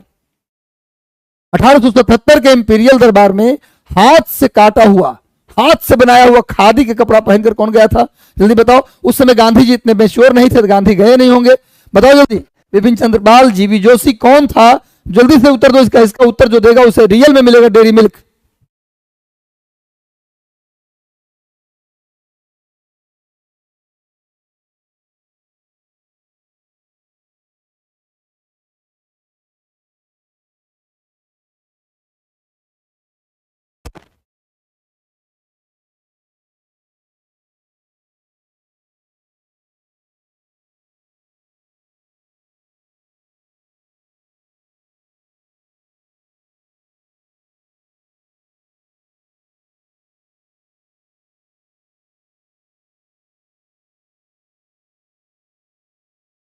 इसका गेस भी आप कर सकते हैं। इसे आप गेस करिए ना, गांधी जी उस समय उतना मेच्योर थे नहीं, गांधी जी अभी विवाह किए थे, अभी विलायत पढ़ने जाएंगे। तिलक का भी जन्म 1856 में हुआ था, ये भी उतने मेच्योर नहीं थे। बिपिन चंद्र पाल भी मेच्योर नहीं थे। तो जीवी जोशी थे, जीवी जोशी थे, जीवी जोशी थे जिन्होंने खादी के कपड़े पहनकर कहाँ गए थे, इंपीरियल दरबार में। और पता है इसका पूरा नाम है गणेश वासुदेव जोशी। इनका पूरा नाम है गणेश वासुदेव जोशी, गणेश वासुदेव जोशी। मैं बता दूं आपको, कभी कभी प्रश्नों का उत्तर आपको गेस पे भी मिलेगा। गणेश वासुदेव जोशी, मैं बता दूं कि दिल्ली का जो 1877 का दरबार था, दिल्ली का जो 1877 का दरबार था, ये पहला दिल्ली दरबार था। दिल्ली दरबार का सिलसिला 1877 में शुरू हुआ। इस दरबार के समय भारत का वायसराय था लॉर्ड लीटन, लॉर्ड लीटन। और इसी दिल्ली दरबार में, इसी इंपीरियल दरबार में महारानी विक्टोरिया को कैसरे हिंद की उपाधि दी गई। महारानी विक्टोरिया को इसी दिल्ली दरबार में, इसी दिल्ली दरबार में महारानी विक्टोरिया को, महारानी विक्टोरिया को, विक्टोरिया को इसी दिल्ली दरबार में महारानी विक्टोरिया को कैसरे हिंद की उपाधि, कैसरे हिंद की उपाधि दी गई। महारानी विक्टोरिया को इसी दिल्ली दरबार में कैसरे हिंद की उपाधि दी गई। नोट कर लीजिए, कैसरे हिंद की उपाधि महारानी विक्टोरिया को कब दिया गया? 1877 के दिल्ली दरबार में। इस दिल्ली दरबार में जीवी जोशी नाम का व्यक्ति हाथ से बना हुआ खादी का कपड़ा पहनकर गया था। और मैं बता दूं कि लीटन ने इस दिल्ली दरबार में करोड़ों रुपए खर्च किए। इस दिल्ली दरबार को करने के लिए, महारानी विक्टोरिया को कैसरे हिंद की उपाधि देने के लिए करोड़ों रुपए उड़ाए। उस जमाने में बंगाल में एक भयंकर अकाल पड़ा हुआ था, बंगाल में एक भयानक अकाल था, लोग भूख से मर रहे थे। आज दिल्ली दरबार में ये दुष्ट आदमी लॉर्ड लीटन, ये दुष्ट आदमी था, इसने करोड़ों रुपए बहा दिए, करोड़ों रुपए लुटा दिए। इस बात से भारत के लोग काफी नाराज हुए कि हम लोग भूखे मर रहे हैं, ये आदमी दिल्ली दरबार कर रहा है। अगले ही दिन अखबार में, अगले दिल्ली दरबार के अगले ही दिन अखबार में छपा, लीटन दुष्ट है, लीटन डेविल है, लीटन ब्लडी फूल है। लीटन को गालियों से भर दिया गया। अखबार में लीटन के खिलाफ खूब लिखा गया, अनाप शनाप, जो कि जरूरी था। एक आध उधर लोग मर रहे थे, दिल्ली दरबार कर रहा था। इस बात से लीटन को गुस्सा आ गया और उसने क्या किया, एक कानून बनाया जिसका नाम था वारनाकुलर प्रेस एक्ट। कई बार क्वेश्चन आया है। 2012 में सीडीएस में सवाल आया था, कंबाइंड डिफेंस सर्विस एक एग्जाम होता है यूपीएससी के द्वारा, उसी में क्वेश्चन पूछा था कि लॉर्ड लीटन ने वारनाकुलर प्रेस एक्ट क्यों लाया था, क्या कारण था। गुस्सा में ला दिया था। जो दिल्ली दरबार के खिलाफ लोगों ने लिखा, उस गुस्सा में आकर उन्होंने क्या लाया, उसने लाया जो कि जरूरी था, वारनाकुलर प्रेस एक्ट। वारनाकुलर प्रेस एक्ट लाया, वारनाकुलर प्रेस एक्ट लाया और कहा कि आज के बाद कोई भी अखबार ब्रिटेन के सरकार के खिलाफ नहीं लिखेगा। वारनाकुलर प्रेस एक्ट में क्या था कि आज के बाद कोई भी व्यक्ति ब्रिटिश सरकार के खिलाफ नहीं लिखेगा, पहला पॉइंट। दूसरा पॉइंट, और कोई भी अखबार भारत की भाषाओं में नहीं छपेगा, केवल अंग्रेजी में छपेगा। बांग्ला, तमिल, तेलुगु, मलयालम, उड़िया में नहीं छपेगा, केवल और केवल अंग्रेजी में छपेगा। अगर भारतीय भाषा में छापते हैं अखबार तो आपके अखबार को बंद करवा देंगे। अंग्रेजी में ही छापना होगा और अंग्रेजी में भी हमारे खिलाफ नहीं लिखना होगा। यही वारनाकुलर प्रेस एक्ट था। जो क्यों लाया गया, भैया बंगाल में अकाल था, अब दिल्ली दरबार कर रहे थे तो लोगों ने इसके खिलाफ लिखा। इसी बात से गुस्सा होकर इसने कानून लाया अखबार के खिलाफ जिसका नाम था वारनाकुलर प्रेस एक्ट। और इसके तहत प्रतिबंधित होने वाला पहला अखबार, बताया हूं कई बार, प्रतिबंधित होने वाला पहला अखबार, होने वाला पहला अखबार कौन था? सोम प्रकाश। पहला अखबार था सोम प्रकाश। नोट कर लीजिए, ईश्वर चंद्र विद्यासागर का अखबार, पहला अखबार था सोम प्रकाश, जिसे प्रतिबंधित किया गया था। वारनाकुलर प्रेस एक्ट के तहत प्रतिबंधित होने वाला पहला अखबार था सोम प्रकाश। और वारनाकुलर प्रेस एक्ट के डर से रातों रात अपनी भाषा को बांग्ला से अंग्रेजी किसने कर लिया? अमृत बाजार। क्वेश्चन आता है कौन सा अखबार था जिसने डर के मारे रातों रात अपनी भाषा को बांग्ला से अंग्रेजी कर लिया? वो था कौन? तो अमृत बाजार पत्रिका। वारनाकुलर प्रेस एक्ट को समर्थन किसने दिया? तो समर्थन दिया था किसने? तो समर्थन दिया था द पायनियर ने समर्थन दिया था। लीटन ने लाया वारनाकुलर प्रेस एक्ट। क्यों लाया? दिल्ली दरबार कब हुआ? 1877 में। इसी दरबार में महारानी विक्टोरिया को क्या मिला? कैसरे हिंद की उपाधि मिली। और इसी दिल्ली दरबार में जीवी जोशी नाम के व्यक्ति हाथ से बना हुआ खादी का कपड़ा पहन के दरबार में गया था। इसको याद कर लीजिए। कितनी अच्छी बात, कितना अच्छा जानकारी आपको मिल रहा है, बहुत बेहतरीन जानकारी मिल रहा है। सेशन को लाइक कर दो गुरु। किस भारतीय राज्य पर कब्जा करने के लिए राज्य अपहरण नीति अपनाया गया था? यानी कि किसको पहले राज्य अपहरण नीति के तहत पहला राज्य कौन था जिसे हड़पा गया? राज्य अपहरण नीति को ही हम लोग हड़प नीति भी कहते हैं, हड़प नीति भी कहते हैं। इसी को अंग्रेजी में डॉक्ट्रिन ऑफ लैप्स, इसी को अंग्रेजी में डॉक्ट्रिन ऑफ लैप्स भी कहा जाता है। लैप्स, इसी के तहत गोद लेने की प्रथा का अंत कर दिया गया। गोद लेने की प्रथा का अंत कर दिया गया। ये किसके समय हुआ? लॉर्ड डलहौजी के समय हुआ। लॉर्ड डलहौजी के समय ये हुआ। लॉर्ड डलहौजी 1848 से लेके 1856 तक गवर्नर रहा। भारत का गवर्नर लॉर्ड डलहौजी 1848 से 1856 तक रहा।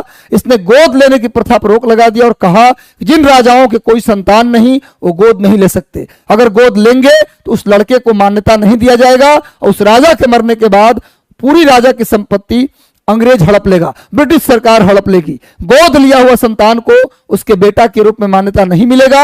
अगर संतान आपकी नहीं है तो नहीं है मान के चलिए, गोद लेंगे उससे कोई फायदा नहीं होगा, डलहौजी ने कहा। और आपके मरने के बाद आपके बेटा को भगा देंगे, आप पूरा संपत्ति हड़प लेंगे। इसी को बोला जाता है राज्य अपहरण नीति, इसी को बोलते हैं हड़प नीति, इसी को बोलते हैं डॉक्ट्रिन ऑफ लैप्स। नोट कर लीजिए इसको। इसका शिकार होने वाला पहला राज्य था सतारा।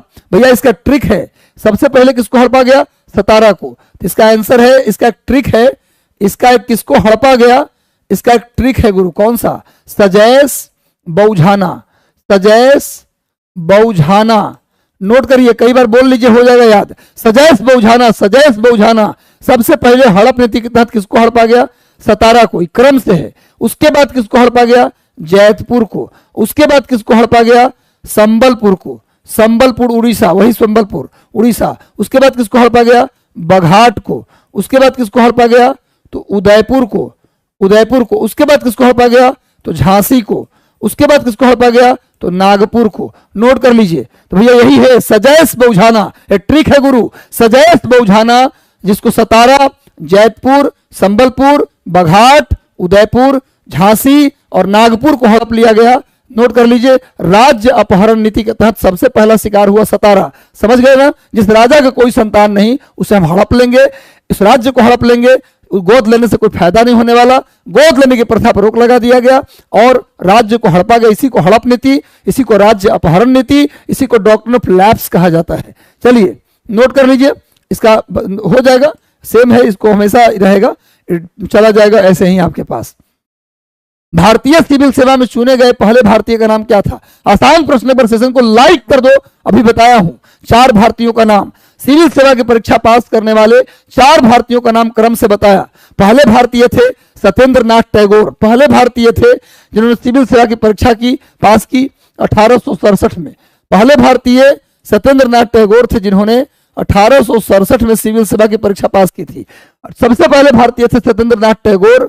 और मैं बता दूं कि सत्येंद्र नाथ टैगोर पूरे जीवन नौकरी किए, पूरे जीवन अंग्रेजों की नौकरी की, ब्रिटिश सरकार में आईसीएस की परीक्षा पास की और आईसीएस के रूप में, सिविल सर्वेंट के रूप में, मजिस्ट्रेट के रूप में पूरे जीवन काल सत्येंद्र नाथ टैगोर ने ब्रिटेन की सेवा दी। उसके बाद दूसरे आईसीएस थे सुरेंद्र नाथ बनर्जी। सेकंड आईसीएस कौन थे? सुरेंद्र नाथ बनर्जी थे। कोई बात नहीं, 20 क्वेश्चन करेंगे सुरेंद्र नाथ, और भी क्वेश्चन करेंगे हम। भैया सुरेंद्र नाथ बनर्जी दूसरे आईसीएस थे जिन्होंने जिनको बर्खास्त कर दिया गया था। क्वेश्चन आता है एकमात्र आईसीएस कौन थे जिनको नौकरी से निकाल दिया गया था? सुरेंद्र नाथ बनर्जी। कौन ऐसे आईसीएस थे जिनको, जो घुड़सवारी में फेल हो गए थे? घुड़सवारी में कौन फेल हो गया था जी? तो ये थे कौन? अरविंद घोष। और कौन ऐसे व्यक्ति थे जिन्होंने रिजाइन कर दिया था? सुभाष चंद्र बोस। यही 4 आईसीएस थे। जिंदगी भर नौकरी कौन किया? तो सत्येंद्र नाथ टैगोर। किसको नौकरी से निकाला गया? तो सुरेंद्र नाथ बनर्जी। घुड़सवारी में कौन फेल हो गया था? तो अरविंद घोष। और किसने रिजाइन कर दिया था? तो सुभाष चंद्र बोस। सब बात याद रखिएगा। आगे आइए, किस गवर्नर ने भारत में पहली बार सिविल सेवा की शुरुआत की? भारत में सिविल सेवा की जनक किसे कहा जाए? सेशन को लाइक कर दो गुरु।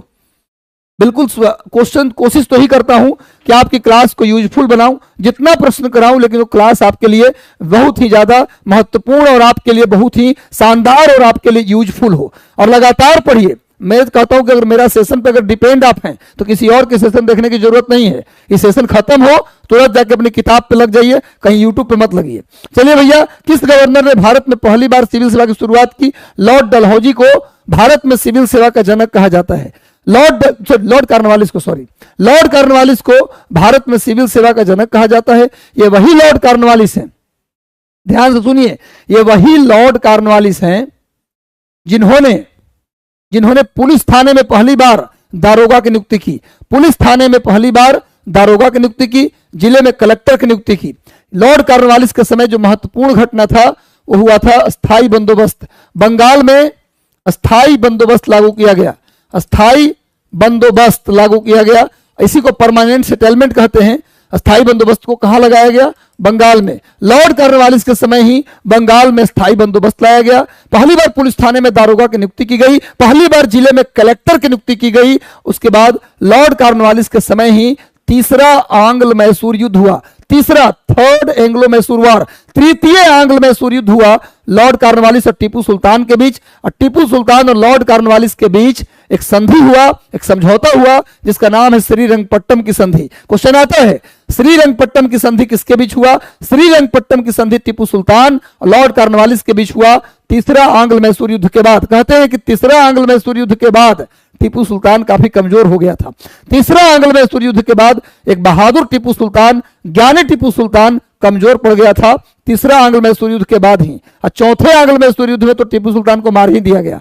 टीपू सुल्तान की हत्या कर दी गई थी 1799 में लॉर्ड बिलेजली के समय। 1799 में चतुर्थ आंग्ल मैसूर युद्ध में उसकी हत्या कर दी गई, लेकिन तृतीय आंग्ल मैसूर युद्ध में वो कमजोर हो चुका था। खैर, लॉर्ड कॉर्नवालिस के बारे में एक चीज और जान जाइए, इनका कब्र उत्तर प्रदेश के गाजीपुर में है। लॉर्ड कॉर्नवालिस को ही दफना दिया गया, भारत में ही दफना दिया गया। इनका कब्र कहां है? उत्तर प्रदेश के गाजीपुर जिले में है, नोट कर लीजिएगा। कॉर्नवालिस के बारे में इतनी बात काफी है। किस गवर्नर जनरल के कार्यकाल के दौरान भारतीय राष्ट्रीय कांग्रेस की स्थापना हुआ? मैंने कहा है कि भारतीय राष्ट्रीय कांग्रेस की बात अगर करें तो भारतीय राष्ट्रीय कांग्रेस जैसी पार्टी, देखो इसमें बुरा न मानिएगा, मैं किसी पार्टी की बुराई नहीं कर रहा। कांग्रेस जैसी पार्टी कौन बनाएगा? तो कोई डफर आदमी बनाएगा, तो डफर से डफरीन, भैया ऐसे याद रहेगा। तो भैया लॉर्ड डफरीन जो था, वो कांग्रेस पार्टी जब बनी थी तो भारत का वायसराय कौन था? तो लॉर्ड डफरीन था। लॉर्ड डफरीन के समय ही 28 दिसंबर 1885 को भारतीय राष्ट्रीय कांग्रेस की स्थापना बंबई के गोकुलदास तेजपाल संस्कृत महाविद्यालय में हुआ। हालांकि कांग्रेस की स्थापना पुणे में होना था, पर पुणे में प्लेग फैल गया, जिस कारण से बंबई में हुआ। यह भी क्वेश्चन आता, होना कहां था? पुणे में। हुआ कहां? बंबई में। भारतीय राष्ट्रीय कांग्रेस का नामांकन किसने किया? तो दादा भाई नौरोजी ने किया। भारतीय राष्ट्रीय कांग्रेस का नाम किसने दिया? तो दादा भाई नौरोजी ने दिया। कांग्रेस शब्द कहां से लिया गया? तो अमेरिका से लिया गया। और भारतीय राष्ट्रीय कांग्रेस के पहले अध्यक्ष थे कौन? WC बनर्जी। भारतीय राष्ट्रीय कांग्रेस के पहले अध्यक्ष WC बनर्जी, और भारतीय राष्ट्रीय कांग्रेस के पहले महासचिव ये थे एओ ह्यूम। एओ ह्यूम कांग्रेस के पहले महासचिव थे और WC बनर्जी कांग्रेस के पहले अध्यक्ष थे। एओ ह्यूम को कांग्रेस का संस्थापक भी कहा जाता है। कांग्रेस का संस्थापक एओ ह्यूम को कहा जाता है। और कांग्रेस के पहले पारसी अध्यक्ष थे दादा भाई नौरोजी। कांग्रेस के पहले पारसी अध्यक्ष दादा भाई नौरोजी। कांग्रेस के पहले मुस्लिम अध्यक्ष बदरुद्दीन तैयब जी। कांग्रेस के पहले यूरोपियन अध्यक्ष, अंग्रेज अध्यक्ष कौन थे? George Yule. कांग्रेस की पहली महिला अध्यक्ष कौन थी? तो एनी बेसेंट। और कांग्रेस की पहली भारतीय महिला अध्यक्ष कौन थी? तो कौन थी भैया? सरोजनी नायडू। कांग्रेस में पहली बार खादी पहनना अनिवार्य किया गया, कब से? तो 1926 गुवाहाटी सेशन। कांग्रेस के गुवाहाटी सेशन 1926 से कांग्रेस में खादी पहनना अनिवार्य कर दिया गया था। और मैं बता दूं आपको, कांग्रेस में पहली बार 1896 में वंदे मातरम गाया गया। कांग्रेस में पहली बार 1911 में जन गण मन गाया गया। और कांग्रेस में पहली बार 1938 में पहली बार झंडा गीत क्या भैया? झंडा ऊंचा रहे हमारा, विजय विश्व तिरंगा प्यारा झंडा ऊंचा रहे हमारा, गाया गया। इतनी बात कांग्रेस से याद रखिए, बहुत हो जाएगा। भारतीय संविधान का संरक्षक किसे कहा जाता है? कल मैंने बताया था। सेशन को, हाँ बिल्कुल सही ऋतिक जी। छुप छुप कर अश्रु बहाने वालों, मोती व्यर्थ लुटाने वालों, कुछ सपनों के मर जाने से जीवन नहीं मरा करते। हारना नहीं है, ये जिंदगी है। कई बार बहुत तगड़ा वाला झटका लगता है, तो उसमें हारना नहीं है, उससे लड़ना है, आगे बढ़ना है। जितने झटके इंसान उतना तपता है, उतना ही निखरता है, सोना कुंदन बनता है। चलो गुरु, हारना नहीं है। जो भी तकलीफें आती है आपको बनाने के लिए, भारतीय संविधान के संरक्षक ये कहा जाता है सुप्रीम कोर्ट को। सुप्रीम कोर्ट को भारतीय संविधान का संरक्षक कहा जाता है। अगर ऑप्शन में भारत के राष्ट्रपति भी रहे और सुप्रीम कोर्ट भी रहे तो भारतीय संविधान का संरक्षक आंसर होगा सुप्रीम कोर्ट। लेकिन आपको बता दें कि जितने लोग हैं भारत में, प्रधानमंत्री से लेके, मुख्यमंत्री से लेके, सांसद से लेके, विधायक से लेके, सब लोग शपथ लेते हैं कौन जी, भैया मैं संविधान का पालन करूंगा। सभी लोग यही शपथ लेते हैं, मैं संविधान का पालन करूंगा, मैं संविधान का पालन करूंगा। अकेला राष्ट्रपति है जो अपने शपथ में बोलता है मैं संविधान का संरक्षण करूंगा। अगर कभी परीक्षा में सुप्रीम कोर्ट और राष्ट्रपति दोनों ऑप्शन रहे कि संविधान का संरक्षक कौन, तो आंसर सुप्रीम कोर्ट ही होगा। लेकिन सुप्रीम कोर्ट अगर न रहे ऑप्शन में, तब भारत के राष्ट्रपति भी सही आंसर हो सकता है। क्लियर है, समझ में आया? देखो हम ऐसा कोशिश करते हैं कि इतने एंगल से बताएं कि परीक्षा में कैसे भी सवाल आ जाए आपका हो जाए।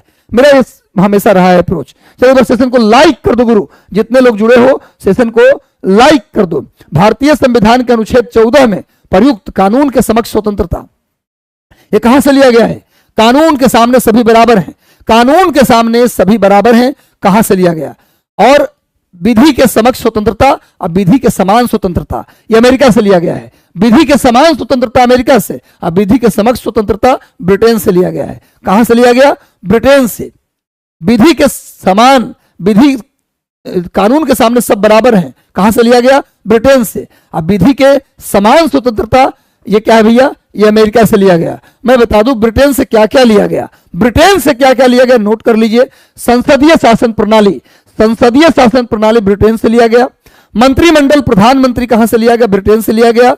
विपक्ष का नेता ब्रिटेन से लिया गया। स्पीकर का पद ब्रिटेन से लिया गया। नोट कीजिए गुरु, स्पीकर का पद ब्रिटेन से, विपक्ष का नेता ब्रिटेन से लिया गया, मंत्रिमंडल, प्रधानमंत्री ब्रिटेन से लिया गया, संसदीय शासन प्रणाली ब्रिटेन से लिया गया। अब विधि के समान शासन भी कहां से लिया गया? ब्रिटेन से लिया गया। जर्मनी से क्या लिया गया? आपातकाल। आपातकाल कहां से लिया गया? इमरजेंसी लिया गया जर्मनी से। यूएसए से तो बहुत चीज लिया गया। यूएसए से क्या लिया गया? अमेरिका से क्या लिया गया? तो मौलिक अधिकार लिया गया। मौलिक अधिकार का कॉन्सेप्ट अमेरिका से लिया गया। राष्ट्रपति, उपराष्ट्रपति का पद यह अमेरिका से लिया गया। न्यायपालिका यानी supreme court, high court America से लिया गया।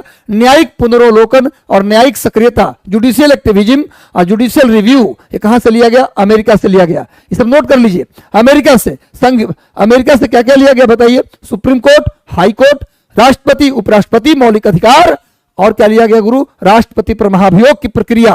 राष्ट्रपति पर महाभियोग की प्रक्रिया भी अमेरिका से लिया गया है। और न्यायिक पुनरोलोकन और न्यायिक सक्रियता, ये भी कहां से लिया गया? अमेरिका से। जर्मनी से आपातकाल और ब्रिटेन से संसदीय शासन प्रणाली, प्रधानमंत्री, मंत्रिमंडल, विपक्ष का नेता, स्पीकर का पद, ये सब लिया गया ब्रिटेन से। चलिए, और संविधान संशोधन कहां से लिया गया? संविधान संशोधन लिया गया ऑस्ट्रेलिया से। संविधान संशोधन की प्रक्रिया कहां से ली गई? ऑस्ट्रेलिया से लिया गया। संघीय शासन प्रणाली कहां से लिया गया? कनाडा से। संघीय शासन कनाडा से। संघीय शासन कनाडा से। ऑस्ट्रेलिया से समवर्ती सूची, ऑस्ट्रेलिया से समवर्ती सूची। और संविधान संशोधन दक्षिण अफ्रीका, गलती बोल दिया था ऑस्ट्रेलिया, संविधान संशोधन दक्षिण अफ्रीका से। संविधान सुधार लीजिए, संविधान संशोधन दक्षिण अफ्रीका, समवर्ती सूची ऑस्ट्रेलिया और संघीय शासन प्रणाली कनाडा और जर्मनी से आपातकाल। कोई छूटेगा नहीं। सवाल कहां से आएगा? आगे चलिए, पिछला सवाल है, डॉक्टर भीमराव अंबेडकर ने किसे संविधान का आत्मा कहा? देखो वैसे अगर पूछे संविधान की आत्मा किसे कहा जाता है, अगर वैसे सवाल पूछे कि संविधान की आत्मा, देखो आप लोग एक चीज और बताते हैं, मेहनत तो मैं करता ही हूं, लेकिन आप लोगों से मेरा एक शिकायत है, आप सेशन को शेयर नहीं करते। प्लीज, अगर हम बेहतर सेशन ले रहे हैं, अगर 648 लोगों में, 664 लोगों में अगर 300-400 लोगों को भी अच्छा लगता है, तो एक बार सेशन को, जितने भी ग्रुप आपके हैं, चाहे पढ़ने वाले हो चाहे नहीं पढ़ने, कभी कभी ऐसा ग्रुप होता है पढ़ने वाला नहीं है, लेकिन वो अपने, उनके बाल बच्चे तो पढ़ाई करते होंगे, सेशन को एक बार शेयर कर दीजिए सारे ग्रुप में, अपने व्हाट्सएप स्टेटस में। अगर गुरु जी को चाहते हैं कि बेहतर हो, आगे बढ़े, तो एक बार सेशन को लाइक कर दो गुरु, वाले सेशन को शेयर कर दो सारे ग्रुप में। भीमराव अंबेडकर ने किसे संविधान का आत्मा कहा? अगर भीमराव अंबेडकर हटा दिया जाए, ऐसे ही आपसे पूछा जाए, बताओ जी संविधान की आत्मा किसको बोलते हैं, तब आंसर होगा प्रस्तावना। संविधान की आत्मा किसे कहते हैं बिना भीमराव अंबेडकर के पूछा जाए तो आंसर होगा प्रस्तावना। लेकिन अगर भीमराव अंबेडकर के अनुसार पूछा जाए तो अनुच्छेद 32 संवैधानिक उपचारों का अधिकार, अनुच्छेद 32 को भीमराव अंबेडकर ने संविधान का हृदय और आत्मा कहा था। अनुच्छेद 32 के तहत सुप्रीम कोर्ट को रीट जारी करने की शक्ति है। सुप्रीम कोर्ट को रीट जारी करने की शक्ति है। रीट कितने प्रकार का रीट? 5 प्रकार का रीट। सुप्रीम कोर्ट को 5 प्रकार का रीट, 5 प्रकार का रीट जारी करने की शक्ति है। क्वेश्चन आ जाए, अनुच्छेद 32 के तहत सुप्रीम कोर्ट क्या जारी करती है? रीट जारी करती है। कितने प्रकार की रीट जारी करते हैं? 5 प्रकार की। इसी को बोलते हैं संवैधानिक उपचारों का अधिकार, अनुच्छेद 32। इसी को भीमराव अंबेडकर ने क्या कहा? भारतीय संविधान की आत्मा। सुप्रीम कोर्ट अनुच्छेद 32 के तहत 5 प्रकार की रीट जारी करती है। वहीं हाई कोर्ट जो है अनुच्छेद 226 के तहत रीट जारी करती है। अनुच्छेद 226 के तहत रीट कौन जारी करती है? High court. अब 32 के तहत सुप्रीम कोर्ट। 32 के तहत सुप्रीम कोर्ट केवल मौलिक अधिकार के मामले में रीट जारी करती है, लेकिन हाई कोर्ट सभी मामले में रीट जारी करती है। हाई कोर्ट सभी मामले में रीट जारी करती है, लेकिन सुप्रीम कोर्ट केवल किसमें रीट जारी करती है? सुप्रीम कोर्ट केवल जारी करती है रीट फंडामेंटल राइट के इश्यूज में। यानी कि सुप्रीम कोर्ट के तुलना में हाई कोर्ट का एक बड़ा एरिया है। हाई कोर्ट मौलिक अधिकार और अन्य मामले में भी रीट जारी कर सकती है। इसका मतलब हाई कोर्ट का क्षेत्राधिकार रीट जारी करने के मामले में सुप्रीम कोर्ट से ज्यादा है। सुप्रीम कोर्ट केवल मौलिक अधिकार में जारी करती है। तो संवैधानिक उपचारों का अधिकार भीमराव अंबेडकर के अनुसार क्या है? क्या है गुरु? संविधान के हृदय और आत्मा है। लेकिन भीमराव अंबेडकर हटा ले, ऐसे पूछे भारतीय संविधान की आत्मा किसे, तब आंसर प्रस्तावना होगा। लिख लो, तब प्रस्तावना होगा। भारत में एकल नागरिकता की अवधारणा को अपनाया गया। कहां से? एकल नागरिकता। भारत में दोहरी नागरिकता नहीं है, भारत में एकल नागरिकता है। माने ऐसा नहीं है कि भारत बिहार के नागरिक अलग हैं और भारत के नागरिक अलग हैं, ऐसा नहीं है। ये अमेरिका में है। अमेरिका देश की नागरिकता अलग मिलती है और वहां के राज्य की नागरिक, अमेरिका में 50 राज्य हैं। अमेरिका में कितने राज्य हैं? 50 राज्य, तो उनकी नागरिकता अलग है। तो भैया नागरिकता का जो यूनिक एकल अवधारणा है, एकल नागरिकता कहां से ली गई है? जल्दी उत्तर दीजिए, सभी लोग उत्तर देना है, सबको उत्तर देना है, कोई नहीं छोड़ेगा इसको। इस प्रश्न का उत्तर भारत में एकल नागरिकता, हालांकि दोहरी नागरिकता भी कुछ शर्तों पर भारत में है।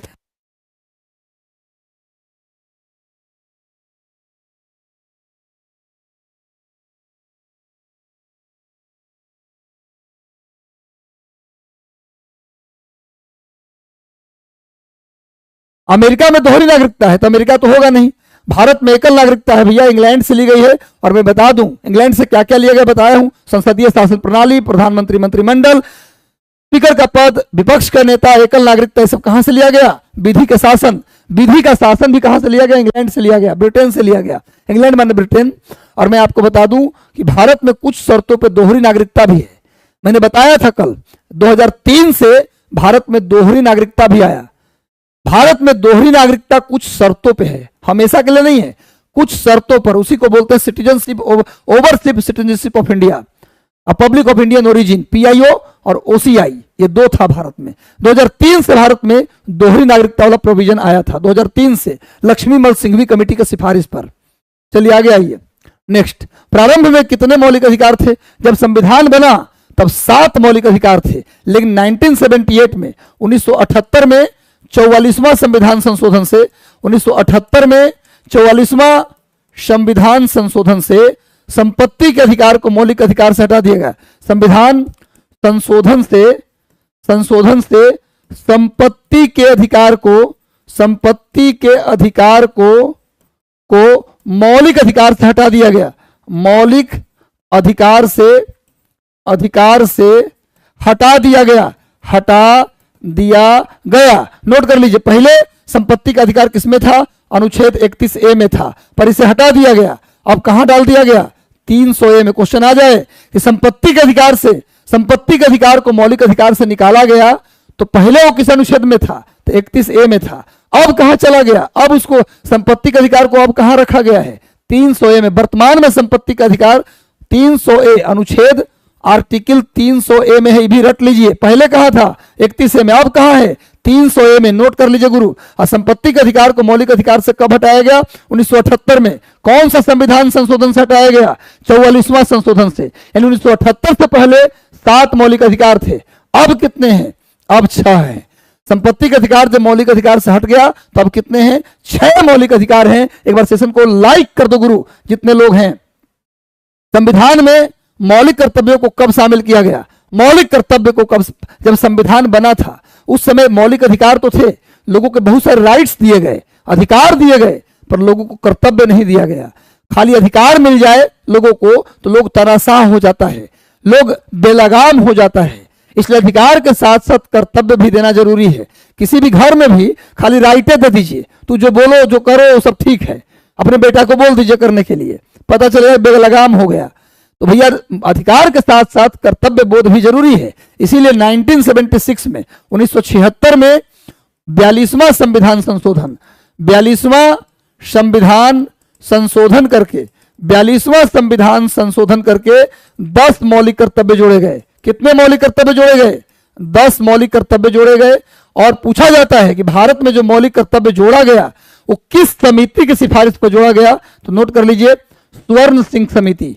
स्वर्ण सिंह समिति के सिफारिश पर, स्वर्ण सिंह समिति के सिफारिश पर मौलिक कर्तव्य जोड़े गए। भारत में 10 मौलिक कर्तव्य जोड़े गए स्वर्ण सिंह कमेटी के सिफारिश पर। 42वां संविधान संशोधन के द्वारा स्वर्ण सिंह कमेटी याद रखना। और बाद में एक और संविधान संशोधन पारित हुआ, 86वां संविधान संशोधन। 86वां संविधान संशोधन कब पारित हुआ? 2002 में। और एक और मौलिक कर्तव्य जोड़ा गया, एक और मौलिक कर्तव्य जोड़ा गया, मौलिक कर्तव्य जोड़ दिया गया। अब कुल मिला के कितने मौलिक कर्तव्य हैं? 11 फंडामेंटल ड्यूटीज हैं। कुल मिला के भारत में अब कितने फंडामेंटल राइट हैं? 11 मौलिक कर्तव्य के लेकर के फंडामेंटल ड्यूटीज। कितने मौलिक कर्तव्य हैं? तो 11। पहले 10 जोड़ा गया, फिर एक और जोड़ा गया 2002 में। यानी मौलिक कर्तव्य से जुड़ा हुआ कौन कौन सा संविधान संशोधन है? तो 42वां संविधान संशोधन और 86वां संविधान संशोधन, ये दोनों किससे जुड़ा हुआ है? मौलिक कर्तव्य से जुड़ा हुआ है। ये दोनों याद कर लीजिए। मौलिक कर्तव्य के लिए 2 संविधान संशोधन, 42वां से 10, 86वां से 1। 42वां 1976 में, 86वां 2002 में। और कुल मिला के 11 मौलिक कर्तव्य हैं। स्वर्ण सिंह समिति की सिफारिश पर पहली बार 1976 में मौलिक कर्तव्य जोड़ा गया। स्वर्ण सिंह, ये वही स्वर्ण सिंह हैं जो कभी पंजाब के मुख्यमंत्री भी रहे हैं। स्वर्ण सिंह पंजाब के सीएम भी रहे हैं। चलिए, वोट देने का अधिकार किस अधिकार में आता है? वोट देने का अधिकार एक प्राकृतिक अधिकार है, एक नागरिक अधिकार है। वोट देने का अधिकार क्या है गुरु? नागरिक अधिकार है। अब वोट देने का अधिकार अनुच्छेद किस में आता है? अनुच्छेद 326 में आता है। वोट देने का अधिकार पूछा जाए किस अनुच्छेद में है? तो 326 में। आगे आइए, दोहरी नागरिकता की एक विशेषता है। क्या, किसकी विशेषता है? दोहरी नागरिकता एकात्मक सरकार की विशेषता है, संघीय सरकार की विशेषता है, संसदीय सरकार की विशेषता है, या राष्ट्रपतीय सरकार? राष्ट्रपतीय सरकार की विशेषता है। इसकी डिस्कशन बाद में करूंगा। भारतीय संविधान में राज्य के नीति निर्देशक सिद्धांत कहां से लिया गया? राज्य के नीति निर्देशक सिद्धांत, इसी को शॉर्ट में directive principle of state policy, DPSP भी कहते हैं। ये संविधान के भाग 4 में है, संविधान के भाग 4 में है। और इसके लिए अनुच्छेद कहां से कहां तक है? अनुच्छेद 36 से लेकर अनुच्छेद 51 तक। भैया डीपीएसपी कहां से कहां तक है? राज्य के नीति निर्देशक सिद्धांत कहां से कहां तक है? 36 से 51 तक है। किस भाग में है? तो भाग 4 में है। और मैं बता दूं कि राज्य के नीति निर्देशक सिद्धांत में हम उन्हीं चीजों को रखे थे जो हम तत्काल लागू नहीं कर सकते थे। जब आजादी मिली तो ऐसा लगा कि बहुत सारा चीज अपनी जनता को देना चाहिए। आजादी के बाद लगा कि जनता को बहुत चीज देना चाहिए, पर उतने संसाधन नहीं थे, उतने पैसे नहीं थे कि जनता को सब कुछ हम दे पाते उस जमाने में। लेकिन देना जरूरी था, तब भूल ना जाए। बाद में अभी याद आ रहा है कि देना है, ये चीज देना है, हम भूला ना जाए। तो लिस्ट को कहां रखें? तो उसी लिस्ट को रखा गया संविधान के भाग 4 में, कि बाद में धीरे धीरे हम देते रहेंगे। जो लोगों को तुरंत नहीं दे पाए संविधान में, उन चीजों को संविधान के भाग 4 में रखा गया कि बाद में धीरे धीरे देंगे। तो गुरु 36 से 51 आयरलैंड से लिया गया। कहां से लिया गया? आयरलैंड। और आयरलैंड की राजधानी है डबलिन। आयरलैंड की राजधानी क्या है? डबलिन। नोट कर लीजिए। मौलिक अधिकार कहां से लिया गया? अमेरिका से। मौलिक अधिकार अमेरिका से। मौलिक कर्तव्य कहां से लिया गया? रूस से। मौलिक कर्तव्य कहां से लिया गया? रूस से। और नीति निर्देशक सिद्धांत कहां से लिया गया? तो आयरलैंड से लिया गया। अब बाकी इंग्लैंड से क्या क्या लिया गया मैं बता किया हूं थोड़ी देर पहले। पूरा वीडियो को ठीक से देखिएगा। और इस सेशन का हम ज्यादा लंबा सेशन आज नहीं लेंगे। इस सेशन का आखिरी सवाल मैं बता रहा हूं, सेशन को पूरा कई बार देखिएगा। और आपसे विनती है कि भैया प्लीज सेशन को जितना हो सके आप शेयर कर दीजिए हर लोगों के पास, पूरा शेयर कीजिए। कल एक लंबा सेशन हम बोल रहे हैं, बहुत दिनों से नहीं ले पा रहे हैं, पर एक 100 क्वेश्चन का सेशन मैं लेना चाहता हूं, जिसमें 20 करीब 30 हिस्ट्री, 30 पॉलिटी, 30 ज्योग्राफी, 30 साइंस, ऐसे। तो मैं हो सकता है कल एक लंबा सेशन 3 घंटे का सेशन लूं, तब तक आप सेशन को आज शेयर कर दीजिएगा अधिकतम जगहों पर। और जब एक बार सेशन खत्म हो जाए तो 50 जगह घूमने की जरूरत नहीं, अपने टेबल पर पढ़िए। विश्वास कीजिए, मैं एग्जाम होने तक इतना क्वेश्चन करा दूंगा, इतना बेहतरीन करा दूंगा हर विषय से क्वेश्चन कि किसी भी चैनल पर जाने की जरूरत नहीं होगी। सेशन अगर अच्छा लगा तो सेशन को लाइक कर देना। भारतीय संविधान में शामिल वही क्वेश्चन है, सेम क्वेश्चन था। खैर, तो भैया कैसा लगा आज का सेशन, एक बार कमेंट बॉक्स में आप जरूर बताइए। आज का सेशन आपको कैसा लगा? थोड़ा कम क्वेश्चन करवाए, टाइम कम मिला मुझे, इसलिए कम क्वेश्चन करवाए, थोड़ा थका हुआ भी हूं।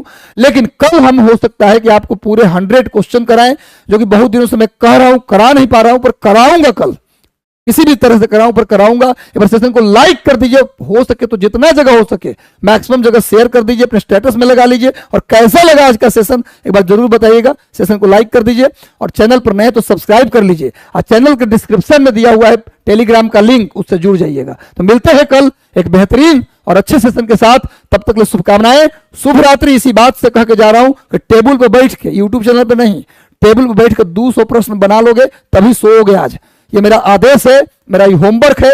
200 प्रश्न किए बिना सोना मना है। चलिए, और कैसा लगा सेशन एक बार कमेंट में जरूर बताइएगा। मिलते हैं कल, तब तक के लिए शुभ रात्रि, शुभकामनाएं।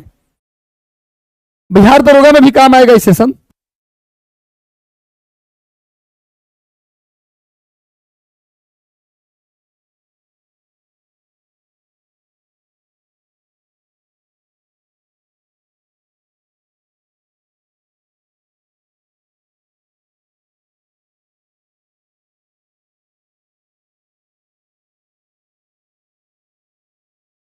बारह नंबर क्वेश्चन में हम क्वेश्चन गलती पढ़ लिए थे भाई। 17 कौन नहीं होगा तो पंजाब होगा, ठीक, कोई बात नहीं। वैसे आप समझ ही गए बात को, जब हम पूरा डिस्कशन कर लिए तो समझ ही गए होंगे। वो नहीं है, मैं नहीं पढ़ पाया तो कोई बात नहीं, आप समझदार है, समझ गए। मिलते हैं कल, सेशन को लाइक कर देना और शेयर कर देना ताकि कल हम बहुत मेगा सेशन लेने वाले हैं।